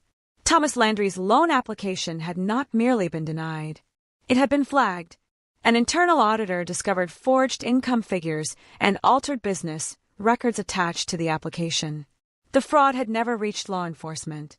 The bank simply rejected the request. Sarah, listed as a personal reference, was contacted days before the denial. According to handwritten notes preserved in the file, she sounded confused. She reportedly told the loan officer, "Those numbers don't sound right." Nathan read the sentence 3 times. If Sarah realized Thomas had falsified financial documents, she became more than a witness. She became someone who knew his deception had been exposed. The credit union employee who handled the file had long since retired. Her name was Elaine Porter. She was 81. Nathan visited her home, carrying copies of the original paperwork. Elaine adjusted her glasses. "I remember this. You remember Thomas?" She nodded. "He was nervous." "What about Sarah?" Elaine smiled sadly. She looked disappointed. "Did she say why?" Elaine thought carefully. She said, "I wish he had just told the truth." Nathan asked quietly, "Did she seem angry?" "No." "Scared?" "No." She sounded like someone trying to help a friend. That answer lingered in Nathan's mind. Sarah wasn't threatening Thomas. She wasn't trying to ruin him. She simply knew he had lied. Maybe she intended to convince him to admit it. Maybe she agreed to meet him so they could talk privately. A calm conversation. An honest conversation. One that somehow became deadly. Meanwhile, forensic analysts continued examining Thomas Landry's belongings recovered after his death. His widow had voluntarily surrendered several sealed storage boxes from the attic. Old tools, receipts, photographs, hunting equipment. Most appeared completely unrelated. Then technician Emily Carter discovered a small notebook hidden inside the lining of an old toolbox. The notebook contained maintenance records, oil changes, customer payments, parts orders. Near the final pages, several entries had been crossed out heavily with black marker. Advanced infrared imaging revealed faint impressions beneath the ink. One date immediately caught Emily's attention. October 18th, 1986. Beside it, only 3 words remained legible. "Meet Sarah 6:45. Nathan stared at the restored image. Both calendars matched. Sarah wrote, "Meet Tom." Thomas wrote, "Meet Sarah." The meeting had been arranged. Deliberately. Neither expected it to become the last conversation of Sarah's life. Investigators reconstructed the likely route. Library, gas station, Highway 14, Boat Launch Road. The total drive required less than 20 minutes. So where had the missing hour gone? Nathan ordered a complete digital terrain reconstruction using archived satellite imagery, aerial survey photographs, and historical forestry records. The simulation revealed something investigators in 1986 never realized. A logging trail connected the abandoned boat launch to an unused equipment shed nearly half a mile deeper inside the swamp. The structure had collapsed during Hurricane Andrew years later. No one had searched it, because by then, It no longer existed. Ground-penetrating radar scanned the former location. The building itself was gone. Only fragments of the concrete foundation remained. Archaeologists carefully sifted through the surrounding soil. Most recovered items belonged to logging crews from the early 1980s. Rusted nails, fuel cans, broken chains. Then a volunteer uncovered something unexpected. A silver earring. Bent, partially buried beneath tree roots. Rebecca Mitchell identified it immediately. It belonged to Sarah. Family photographs confirmed it. Sarah wore matching silver earrings almost every day. Only one had ever been recovered with her body. The second had remained hidden in the swamp for nearly 4 decades. Nathan looked across the excavation site. Sarah had been here. Not just near Highway 14. Not merely beside the canal. She had reached the old logging shed alive. The confrontation likely happened there. The body had been moved afterward. That explained why the original crime scene revealed so little. Investigators had been searching the wrong location all along. The discovery triggered another search. Metal detectors swept the surrounding area. Hours passed. Nothing. Then a sharp signal emerged beneath thick layers of mud. Technicians uncovered an old pocket knife. Its wooden handle had nearly rotted away. The blade remained folded. Forensic restoration began immediately. No fingerprints survived, but microscopic blood traces remained inside the hinge. DNA extraction required several days. Everyone waited. While the laboratory worked, Nathan interviewed another retired deputy. Frank Collins had joined the sheriff's office only months after Sarah's murder. He remembered rumors circulating among older deputies. What kind of rumors? Frank hesitated. That Carl was protecting someone. Nathan remained silent. Nobody said Thomas directly, but everyone assumed it. Why? Because Carl destroyed his own career. Nathan frowned. Carl retired with honors. Frank shook his head. You only saw the public record. What really happened? He stopped chasing promotions. He turned down detective. He transferred to night patrol. Nathan looked confused. Why would that matter? Frank answered quietly. Because guilty people don't always confess. Sometimes. That they punish themselves. Late that evening, Emily entered Nathan's office carrying the laboratory report from the recovered pocket knife. Her expression revealed everything before she spoke. The blood isn't Thomas's. Nathan slowly stood. Sarah! Emily shook her head. No. He felt the room grow colder. Then whose is it? Emily placed the report on the desk. Male. Unknown. Nathan stared at the page. Another unidentified DNA profile. Another man. Another presence at the logging shed. For nearly 40 years, investigators believed they were searching for one killer. Now the evidence suggested something even darker. Sarah hadn't been alone with Thomas Landry. Someone else had been waiting in the swamp that night. And whoever that second man was, he had disappeared without leaving a single name behind. The laboratory confirmed the result twice. The blood recovered from the pocket knife did not belong to Sarah Mitchell. It did not belong to Thomas Landry. It belonged to an unidentified male. For several minutes, no one inside the task force meeting room spoke. Nathan Brooks walked slowly toward the evidence board. Until now, every major discovery had pointed toward Thomas. Now the investigation had fractured again. A second unknown man. A second DNA profile. A second mystery. Nathan uncapped a black marker and drew another circle beside Thomas's photograph. Inside it he wrote only 2 words. Unknown male. Emily Carter reviewed the laboratory process from the beginning. Extraction. Amplification. Sequencing. Comparison. Everything was correct. The blood sample had been preserved inside the folded hinge of the knife, protected from moisture for nearly 4 decades. Enough DNA survived for a reliable profile. Nathan asked the question everyone was thinking. Could it belong to Carl? Emily shook her head. I already compared it. No match. The room became silent again. Thomas. Carl. Unknown male. 3 separate genetic profiles now surrounded Sarah's final hours. The knife itself revealed another surprise. Microscopic, where patterns suggested it had not been used as a weapon. The blood had entered the hinge because someone holding it suffered a cut, perhaps while folding the blade, perhaps during a struggle. Whoever bled onto the knife had walked away alive. Nathan stared at the report. If he was injured, that someone might have remembered. Investigators returned to every emergency room record within 50 miles of Belhaven. October 18th through October 25th, 1986.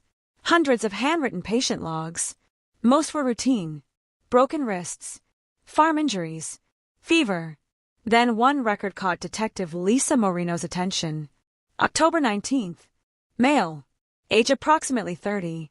Deep laceration to the left palm. Patient refused stitches. Provided only the first name. Ray. No surname. Cash payment. Left within 20 minutes. Nathan requested every surviving document from the small clinic. One nurse still remembered. Margaret Delacroix, 86 years old, living in a retirement home outside Lafayette. Margaret studied the faded treatment log for several minutes. I remember him. Nathan leaned forward. What do you remember? He wouldn't look at me. Anything else? He kept asking if cuts like that left scars. Nathan exchanged a glance with Lisa. Did anyone come with him? Margaret closed her eyes. I think that there was another man waiting outside. What did he look like? I only saw a uniform.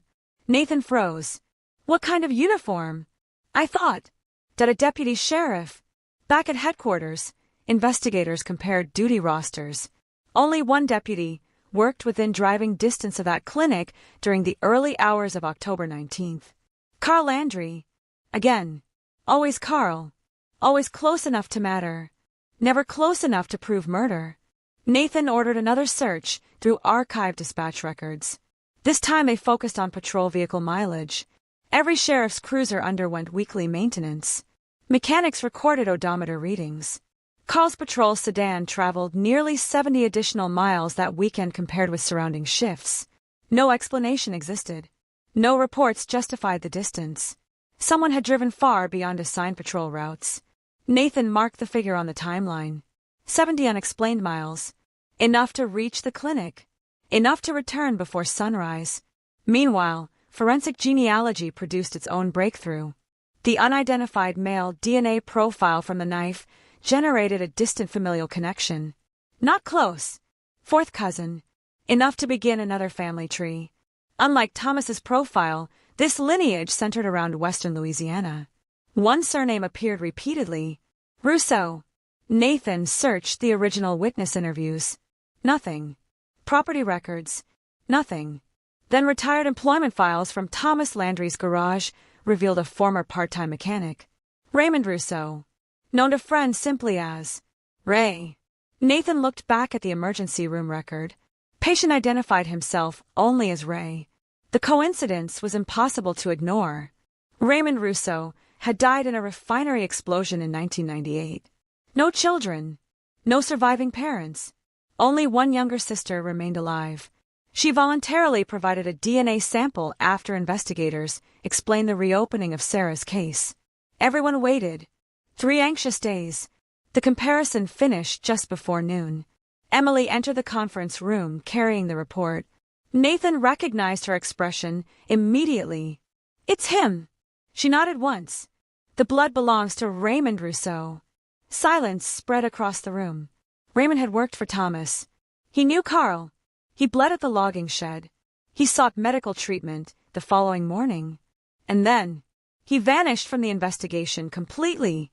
Nathan reopened Raymond's employment records. His final paycheck from Thomas's garage had been issued only 5 days after Sarah's murder. Then he quit without notice. Neighbors later reported he moved temporarily to Baton Rouge before finding refinery work. No interviews. No statements.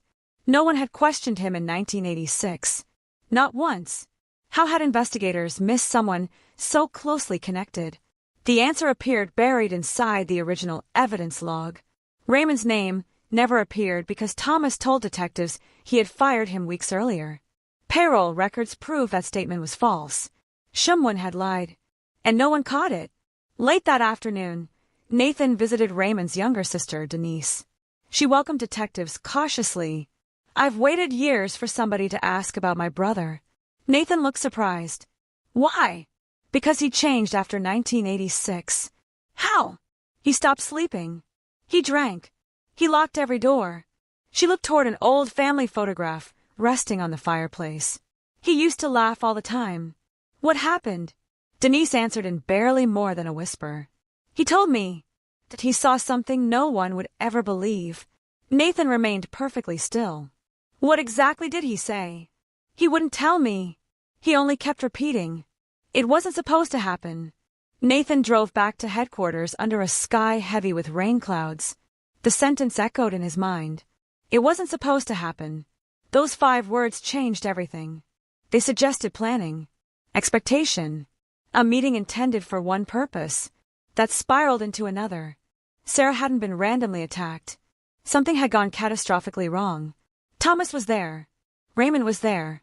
Carl arrived afterward, or perhaps had been there all along. Nathan looked once more at the evidence board. 3 men, 3 intersecting lives, 1 murdered librarian. The truth no longer resembled the simple homicide described in 1986. It resembled a desperate chain of decisions made in panic. 1 lie, 1 mistake, 1 death, and then decades spent protecting a secret that had grown too large for any one man to carry alone. Just before midnight, Emily called again. Her voice was calm, but Nathan immediately recognized the urgency. We found something inside Raymond Rousseau's old personnel file. What is it? A cassette tape. Nathan gripped the phone tighter. A recording. Emily answered quietly. No. A handwritten label. It read only 4 words. October 18th. Do not erase. Nathan felt the same chill detectives had experienced decades earlier whenever forgotten evidence resurfaced from dusty archives. Somewhere inside that aging cassette, someone may have captured the voices of the last people who saw Sarah Mitchell alive. The cassette looked ordinary. A 60-minute Maxell tape. Clear plastic. 1 cracked corner. Dust coated the edges where it had sat untouched for decades inside a cardboard personnel file. Across the front, written in fading black marker, were 4 words. October 18th. Do not erase. Nobody knew what was recorded on it. Nobody knew who had made it. Chain of custody specialists photographed every angle before it entered the forensic audio laboratory. The tape itself was fragile. 1 careless attempt could destroy the only copy forever. Audio engineer Daniel Foster examined the cassette beneath magnification. The pressure pad had partially detached. The magnetic ribbon showed signs of stretching. It won't survive a normal tape player, he said quietly. We rebuild it first. For the next 2 days, technicians worked millimeter by millimeter. The ribbon was cleaned. Broken sections were repaired. Every inch was digitized at extremely slow speed. Nobody listened until the transfer finished. No one wanted the original damaged further. Finally, late Friday evening, Daniel pressed play. Static. A loud mechanical hum. Then, an engine. Someone was driving. The recording continued for nearly 3 minutes before voices appeared. Male. Young. Laughing. Nathan leaned closer to the speakers. Can you clean that up? Daniel nodded. Hours passed. Software removed background noise layer by layer. The voices became clearer. One belonged to Raymond Rousseau. His sister identified it immediately after hearing only a few seconds. The second male voice remained unidentified. Then another sound emerged. A car door closing. Footsteps on gravel. And finally, a woman's voice. Calm. Confident. Tom. Nobody inside the laboratory moved. Emily slowly looked toward Nathan. Sarah Mitchell had just spoken. The recording continued. I only have a few minutes. A man's voice answered. We won't be long. Not Raymond. Not yet. Nathan recognized the tone from archived interviews. Thomas Landry. The tape had captured the beginning of their meeting. The quality fluctuated constantly. Wind distorted several sentences. Passing vehicles drowned out others. Still, fragments remained understandable. Sarah sounded concerned. Not frightened. I told the bank that I couldn't lie. Thomas answered quickly. I know. I just need you to explain. There was a pause. Then Raymond's voice entered. You said nobody else would be here. Sarah sounded confused. Who is he? Thomas replied immediately. He's helping. Helping with what? The tape never explained. A loud metallic sound interrupted the conversation. Perhaps someone closed a truck door. Perhaps equipment shifted. Then silence. 38 seconds passed without words. Finally, another engine approached. Nathan felt his pulse quicken. A vehicle stopped nearby. A new voice. Older. Authoritative. "You two finished." The laboratory became perfectly still. Emily whispered, "Carl." The voice matched archived radio recordings from Deputy Carl Landry almost perfectly. The next several seconds were chaotic. Wind. Footsteps. Someone arguing. Sarah's voice rose sharply. "No." Another sentence disappeared beneath interference. Then, a scream. The audio clipped violently. Something struck the recorder. The tape continued running. Heavy breathing. People shouting over one another. None of the words remained clear. After approximately 2 minutes, everything stopped. Only insects and distant thunder remained. The recording ended 12 minutes later. No explanation. No confession. Just silence. Nathan replayed the audio 6 times. Each pass revealed another fragment. A name. A single word. The sound of running footsteps. Nothing complete. Yet one detail stood above everything else. Sarah never sounded afraid until Carl arrived. That changed the entire timeline. Thomas may have arranged the meeting. Raymond may have witnessed it. But Carl's arrival transformed the conversation into violence. Forensic audio specialists isolated the final intelligible sentence spoken before the struggle.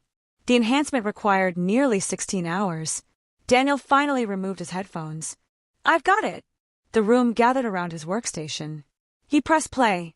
Sarah's voice, clearer than before. "You can't cover this up forever." Nathan closed his eyes.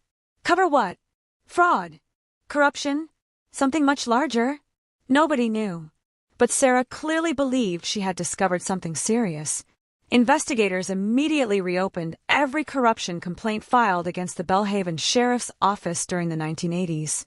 Most involved minor misconduct, missing evidence, improper traffic stops, administrative disputes. One internal investigation stood apart: evidence theft. The complaint accused several deputies of stealing confiscated property from narcotics cases. The inquiry ended abruptly. Insufficient evidence. Nathan reviewed the names connected to the investigation. Deputy Carl Landry. Interviewed. Never charged. Sheriff Doyle. Lead investigator. Thomas Landry. Mentioned only once. As owner of a repair garage servicing department vehicles. Nathan slowly placed the file beside the cassette transcript. If Thomas repaired sheriff's vehicles. If Carl worked inside the department. If Sarah accidentally learned something connected to financial fraud or stolen property. The meeting suddenly made sense. She wasn't meeting Thomas to argue about a loan. She was confronting him with something far more dangerous. Emily examined another overlooked item from the original evidence box. Sarah's address book. One page contained a folded receipt. Behind it, a handwritten note. Only half survived because water had damaged the paper. Tom said Carl doesn't know. The remaining sentence had dissolved decades earlier. Nathan stared at the incomplete message. Whatever Sarah intended to write, she never finished. That evening, investigators visited the former sheriff's office evidence vault. Modern renovations had converted it into storage.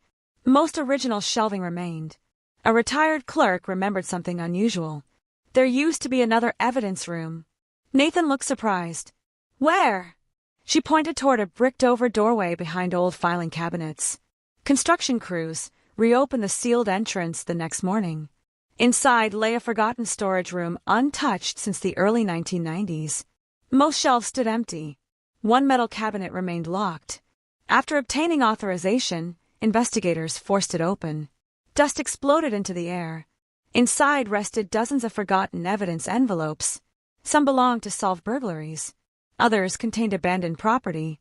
At the very bottom, Nathan discovered a sealed brown envelope bearing a familiar name. Sarah Mitchell. Across the front, stamped in red ink, were 2 words. Withheld evidence. No explanation. No accompanying report. No chain of custody signature after November 1986. Someone had deliberately removed part of Sarah's evidence from the official investigation. Nathan carefully broke the aging seal. Inside lay several photographs, a folded map, and one undeveloped roll of 35mm film. He looked slowly toward Emily. If that film still contained images from the night Sarah died, the investigation wasn't just about to change. It was about to expose who had hidden the truth from the very beginning. Nathan carried the sealed evidence envelope himself. No one else touched it. 38 years earlier, someone had marked it withheld evidence and hidden it behind a locked cabinet inside the sheriff's office. No report explained why. No signature justified the decision. Only silence. The undeveloped roll of 35mm film immediately became the highest priority item in the investigation. Modern forensic photography laboratories had successfully recovered images from film damaged by fire, floods, and decades of neglect. If anything remained on that roll, it could answer questions that every witness had failed to explain. The laboratory worked in complete darkness. The film was carefully removed from its cartridge. Age had made the emulsion brittle. One mistake would destroy every frame forever. Chemical processing took nearly 6 hours. When the negatives finally emerged, everyone leaned forward. Several frames were blank. Others had been ruined by moisture. Then, image number 4 slowly appeared. A gravel road, tall cypress trees. Nathan immediately recognized the abandoned logging trail reconstructed through LiDAR mapping. Another frame emerged. The old equipment shed, still standing in 1986. Image 6, a blue Ford pickup, parked beside the building. Thomas Landry's truck. Image 7, 3 people standing near the entrance. The resolution was poor. Faces remained indistinct. One figure wore a mechanic's shirt. Another appeared to be a woman. The third, a sheriff's uniform. Nobody spoke. Emily enlarged the photograph digitally. The image became grainy. Still, a shoulder patch remained visible. Belhaven Sheriff's Office. Nathan felt a chill run down his spine. Carl Landry had been at the logging shed. Not speculation. Not witness memory. Photographic evidence. Someone had known that since 1986, someone had hidden the film. The remaining photographs told an incomplete story. One captured Sarah standing beside her Chevrolet. She appeared calm, not restrained, not frightened. Another showed Thomas speaking with her. His hands moved as if explaining something. The final usable frame froze a single moment. Carl stepping out of his patrol sedan. Sarah turning toward him. The photograph ended there. Everything afterward remained unknown. Nathan immediately searched the evidence envelope again. The folded map contained handwritten markings. Several roads circled in blue ink. One location highlighted repeatedly, the abandoned logging shed. Written beneath it were 3 initials, R.R., Raymond Rousseau. The map belonged to him, which meant Raymond had either taken the photographs or knew who did. Forensic analysts dusted the negatives and film container for latent fingerprints. Nothing survived. Too much time, too much handling. But microscopic fibers clung to the cardboard envelope. Blue cotton, matching sheriff's department uniforms issued during the 1980s. Nathan looked toward Emily. Carl filed this. Emily nodded slowly. Or someone wearing the same uniform. Either possibility carried the same implication. Evidence had been hidden from investigators. The task force reconstructed the photographs chronologically. Sarah arrived first. Thomas met her. Raymond remained nearby. Carl arrived later. Exactly as the cassette recording suggested. The timeline finally aligned. But one question refused to disappear. Who took the pictures? None of the 4 people visible could have operated the camera. There had been a 5th person, someone standing just outside every frame. Nathan reviewed every name connected to Thomas's garage. Customers, suppliers, former employees, delivery drivers, photographers. Nothing. Then Lisa Moreno discovered a receipt attached to Raymond Rousseau's personnel records. Camera rental. October 17th, 1986. One day before the murder. Nathan stared at the faded receipt. Why would a mechanic rent a camera? Denise Rousseau provided the answer. She remembered her brother experimenting with photography during the mid-1980s. He carried that camera everywhere. Did he mention taking pictures that weekend? She thought for a moment. He said, that he needed proof. Nathan leaned forward. Proof of what? He never told me. But he looked scared. The word echoed through Nathan's thoughts. Proof. Raymond wasn't documenting memories. He expected something to happen. Something worth recording. Perhaps Thomas invited him deliberately. Perhaps Raymond already suspected trouble. Whatever the reason, he arrived carrying a camera, not a weapon, not expecting murder, expecting evidence. Audio engineers returned to the restored cassette, knowing Carl appeared in the photographs allowed them to isolate voices more accurately. A previously unintelligible sentence suddenly became clear. Thomas, his voice shaking. Carl, this wasn't the plan. The laboratory fell silent. Nathan replayed the sentence. Again and again. Thomas sounded frightened, desperate. The recording suggested exactly what Denise Russo had implied. Something had gone terribly wrong. Something no one intended. Investigators examined Carl Landry's personal finances once more.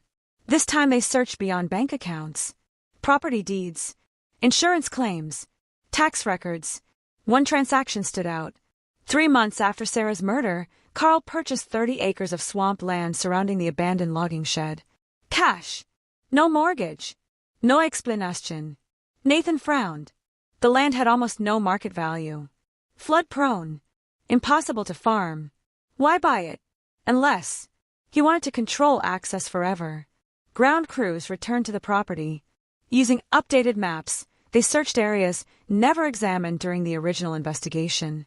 Metal detectors swept slowly through dense vegetation. Hours passed. Late in the afternoon, one detector emitted a faint signal beneath several feet of mud. Excavation uncovered a rusted metal toolbox. Locked. Its hinges had fused shut decades earlier. Forensic technicians opened it inside the laboratory. Most contents had deteriorated. Old wrenches, a flashlight battery, several receipts. Then Emily lifted a water-damaged spiral notebook sealed inside a plastic bag. The plastic preserved most of the pages. Across the front, written in blue ink, appeared one name. Raymond Russo. Nathan carefully opened the notebook. The first several pages contained routine work notes, engine repairs, customer names, parts lists. Near the middle, the writing changed. Short entries, dates, observations, almost like a diary. Then he reached the final completed page.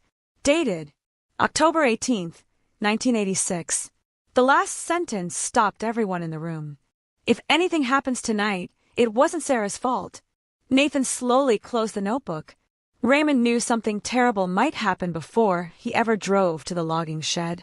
He had rented a camera, recorded audio, written warnings, hidden evidence. Yet he still went. Whatever Thomas had told him, whatever Carl planned, Raymond believed he could witness it without becoming part of it. Instead, he walked into a night that would haunt him until the day he died. And somewhere beyond the final page of that notebook, the complete truth was still waiting. Raymond Russo's notebook became the center of the investigation. Unlike witness statements collected years after the fact, these words had been written before memories could fade, before rumors spread, before anyone knew Sarah Mitchell would never return home. Forensic document examiners authenticated the handwriting. The ink matched pens manufactured during the mid-1980s. The paper had aged naturally. Nothing suggested fabrication. Nathan Brooks turned each page carefully. Most entries documented ordinary repairs at Thomas Landry's garage, oil changes, transmission work, customer complaints. Then, during the first week of October 1986, the tone shifted. The notes became shorter, more anxious. One entry read, "Tom keeps saying Carl will fix everything." Another, "Don't like where this is heading." Then another, "Wish I never agreed." No details, no names beyond Thomas and Carl. But the pattern was unmistakable. Raymond was frightened long before October 18th. Several pages later, investigators found an unfinished paragraph. The writing became shaky, almost rushed. "Sarah doesn't deserve this. She thinks they're just talking. She still believes Tom." Nathan stared silently. Sarah had no idea she was walking into danger. She expected a conversation. Nothing more. Emily continued restoring damaged pages using multispectral imaging. Words hidden beneath water stains slowly appeared. The final readable sentence changed everything. Carl says no witnesses. Nobody spoke. The laboratory suddenly felt much colder. Nathan looked toward Emily. If that's accurate. She finished the sentence quietly. But then Sarah wasn't the original target. The theory stunned the task force. For nearly 40 years, investigators believed Sarah herself had been the reason for the meeting. Now another possibility emerged. What if Thomas only wanted to convince Sarah to remain silent?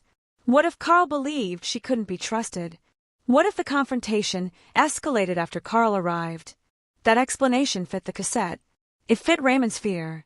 It fit Thomas's desperate statement. This wasn't the plan. Nathan ordered another review of the recovered photographs. This time analysts focused on tiny background details rather than the people. One enlarged frame revealed something almost invisible beside the logging shed. A metal fuel drum. Across the side, a faded company logo. Bayou Industrial Supply. Nathan immediately searched purchase records. Only one customer ordered that specific fuel drum in Belhaven during 1986. Thomas Landry's garage. Meanwhile, investigators reconstructed the final minutes using every available source. 6:45 p.m. Sarah arrived. Thomas spoke privately with her. Raymond documented the meeting. Approximately 7:05. Carl arrived. An argument began. Sarah accused someone of hiding the truth. Thomas attempted to calm the situation. Raymond continued recording. Moments later, violence erupted. Sarah fought back. Thomas's DNA transferred beneath her fingernails. Raymond cut his hand while trying to intervene, or while handling the pocket knife. Carl's patrol vehicle became involved. Afterward, Sarah's body was moved. Evidence was hidden. The film disappeared. The notebook vanished. The flashlight was buried. The sheriff's office unknowingly investigated a crime while one of its own officers quietly controlled pieces of the evidence. There was still one problem. No confession. Every principal figure except Raymond was dead. Thomas, Carl, Sheriff Doyle. None remained alive to explain what happened. Nathan needed something stronger than circumstantial reconstruction. He needed a final piece, something impossible to challenge. The answer came from an unexpected place. A retired evidence clerk named Helen Morris contacted investigators after seeing renewed media coverage. She asked only one question. "Are you still looking for Carl's locker?" Nathan froze. "What locker?" Helen frowned. "The old personal lockers. The sheriff made everyone clean them out before renovations." "What happened to Carl's?" "I don't know. But nobody ever emptied it. The old station building had been converted into municipal offices years earlier. Most original fixtures disappeared during renovation. The basement remained largely untouched. Maintenance workers eventually located a row of rusted employee lockers hidden behind drywall. Most stood open. One remained locked. Nameplate faded. Only 3 letters could still be read. .RL. The lock had rusted solid. Technicians carefully cut it away. Inside hung an old sheriff's jacket, a raincoat, a pair of boots.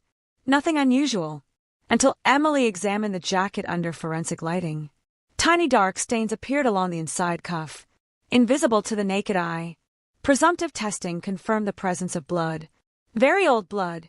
DNA extraction began immediately. Everyone waited.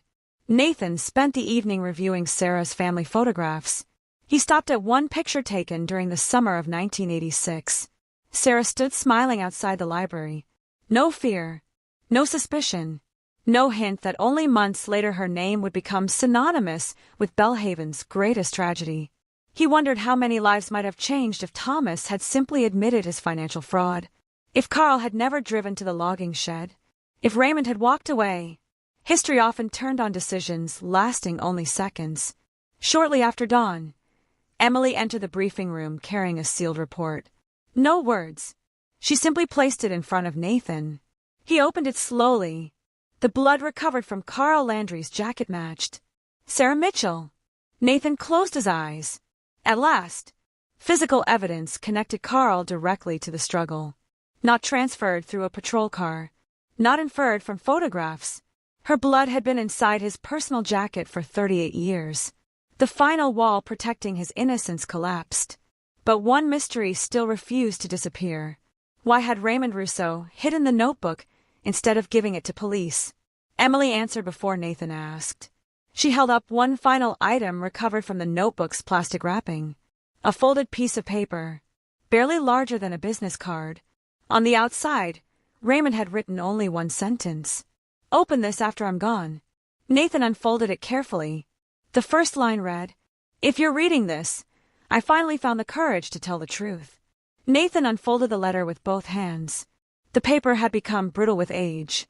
Its edges cracked softly as he flattened it across the conference table. Forensic document examiners quickly confirmed the handwriting matched every verified sample from Raymond Russo's notebook. No alterations, no forgery, no signs that anyone else had written a single word. The room fell silent. 38 years of unanswered questions had led to one final witness. A man who had never spoken publicly.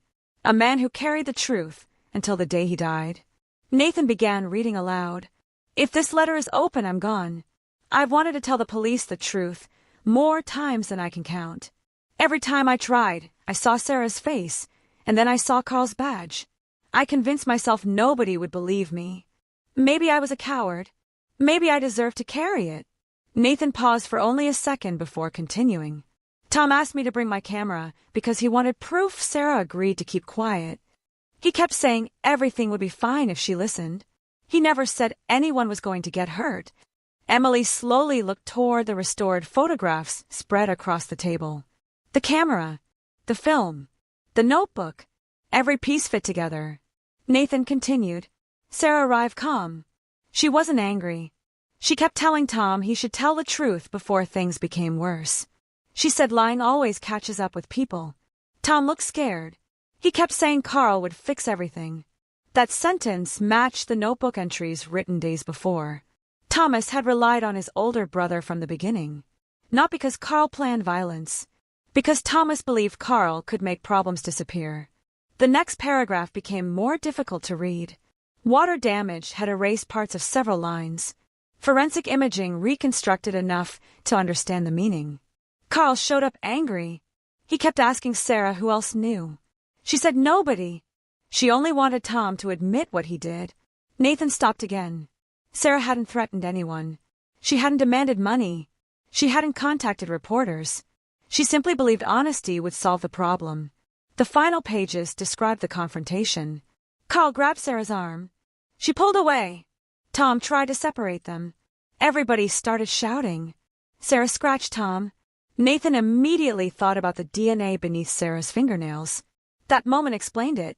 Thomas hadn't attacked first. He had tried to restrain her.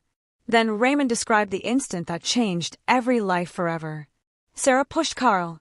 Carl slipped. His flashlight hit her across the side of the head. The conference room became completely silent. No one moved. No one spoke. Raymond continued. She fell. Nobody expected that. She stopped moving. Emily slowly closed her eyes.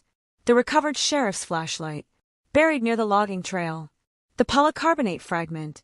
Everything suddenly aligned. Nathan turned another page. Tom started crying. He kept saying this wasn't supposed to happen.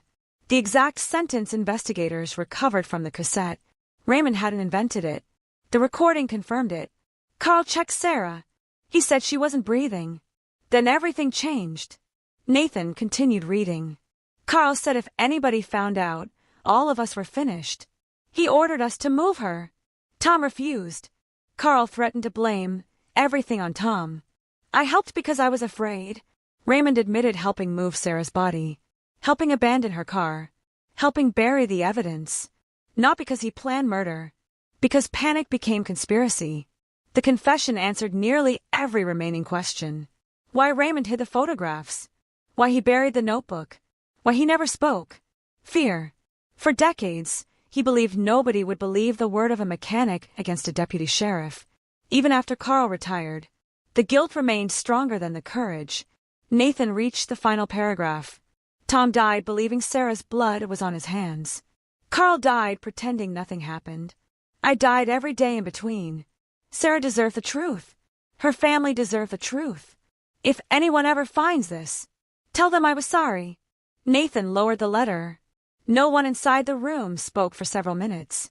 38 years of mystery had ended not with a dramatic confession inside an interrogation room, but with the quiet words of a frightened witness who waited until after his own death to tell the truth.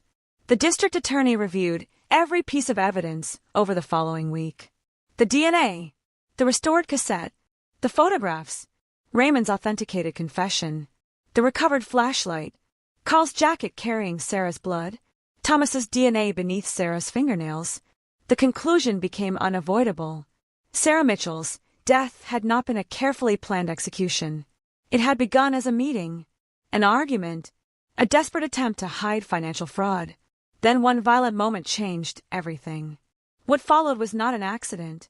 It was a deliberate cover-up lasting nearly 4 decades. Belhaven gathered at the courthouse on a gray October morning. Many expected another press conference filled with unanswered questions. Instead, Nathan stepped to the podium carrying only a thin folder. Behind him stood members of the cold case task force. No celebration, no applause, only silence. Nathan looked toward Sarah's surviving family before speaking. For 38 years, this town believed Sarah Mitchell disappeared because a stranger crossed her path. He paused. That wasn't the truth. He carefully explained the findings, the forensic evidence, the hidden photographs, the DNA, the confession. No dramatic language, only facts. Some people cried quietly. Others simply stared at the ground. The truth hurt differently than uncertainty. It gave names to the nightmare, but it could never return what had been lost. As reporters packed away their cameras, Nathan remained standing outside the courthouse alone. Rain began falling lightly across Belhaven, almost the same way it had on October 18, 1986. For a long moment, he watched the drops strike the courthouse steps. Rain had erased footprints that night. It had hidden tire tracks. It had delayed justice for decades. But it hadn't erased everything. Some evidence had survived beneath fingernails, some inside forgotten film, some inside a frightened man's conscience. And in the end, that had been enough to bring Sarah Mitchell's voice back into the light after 38 years of silence.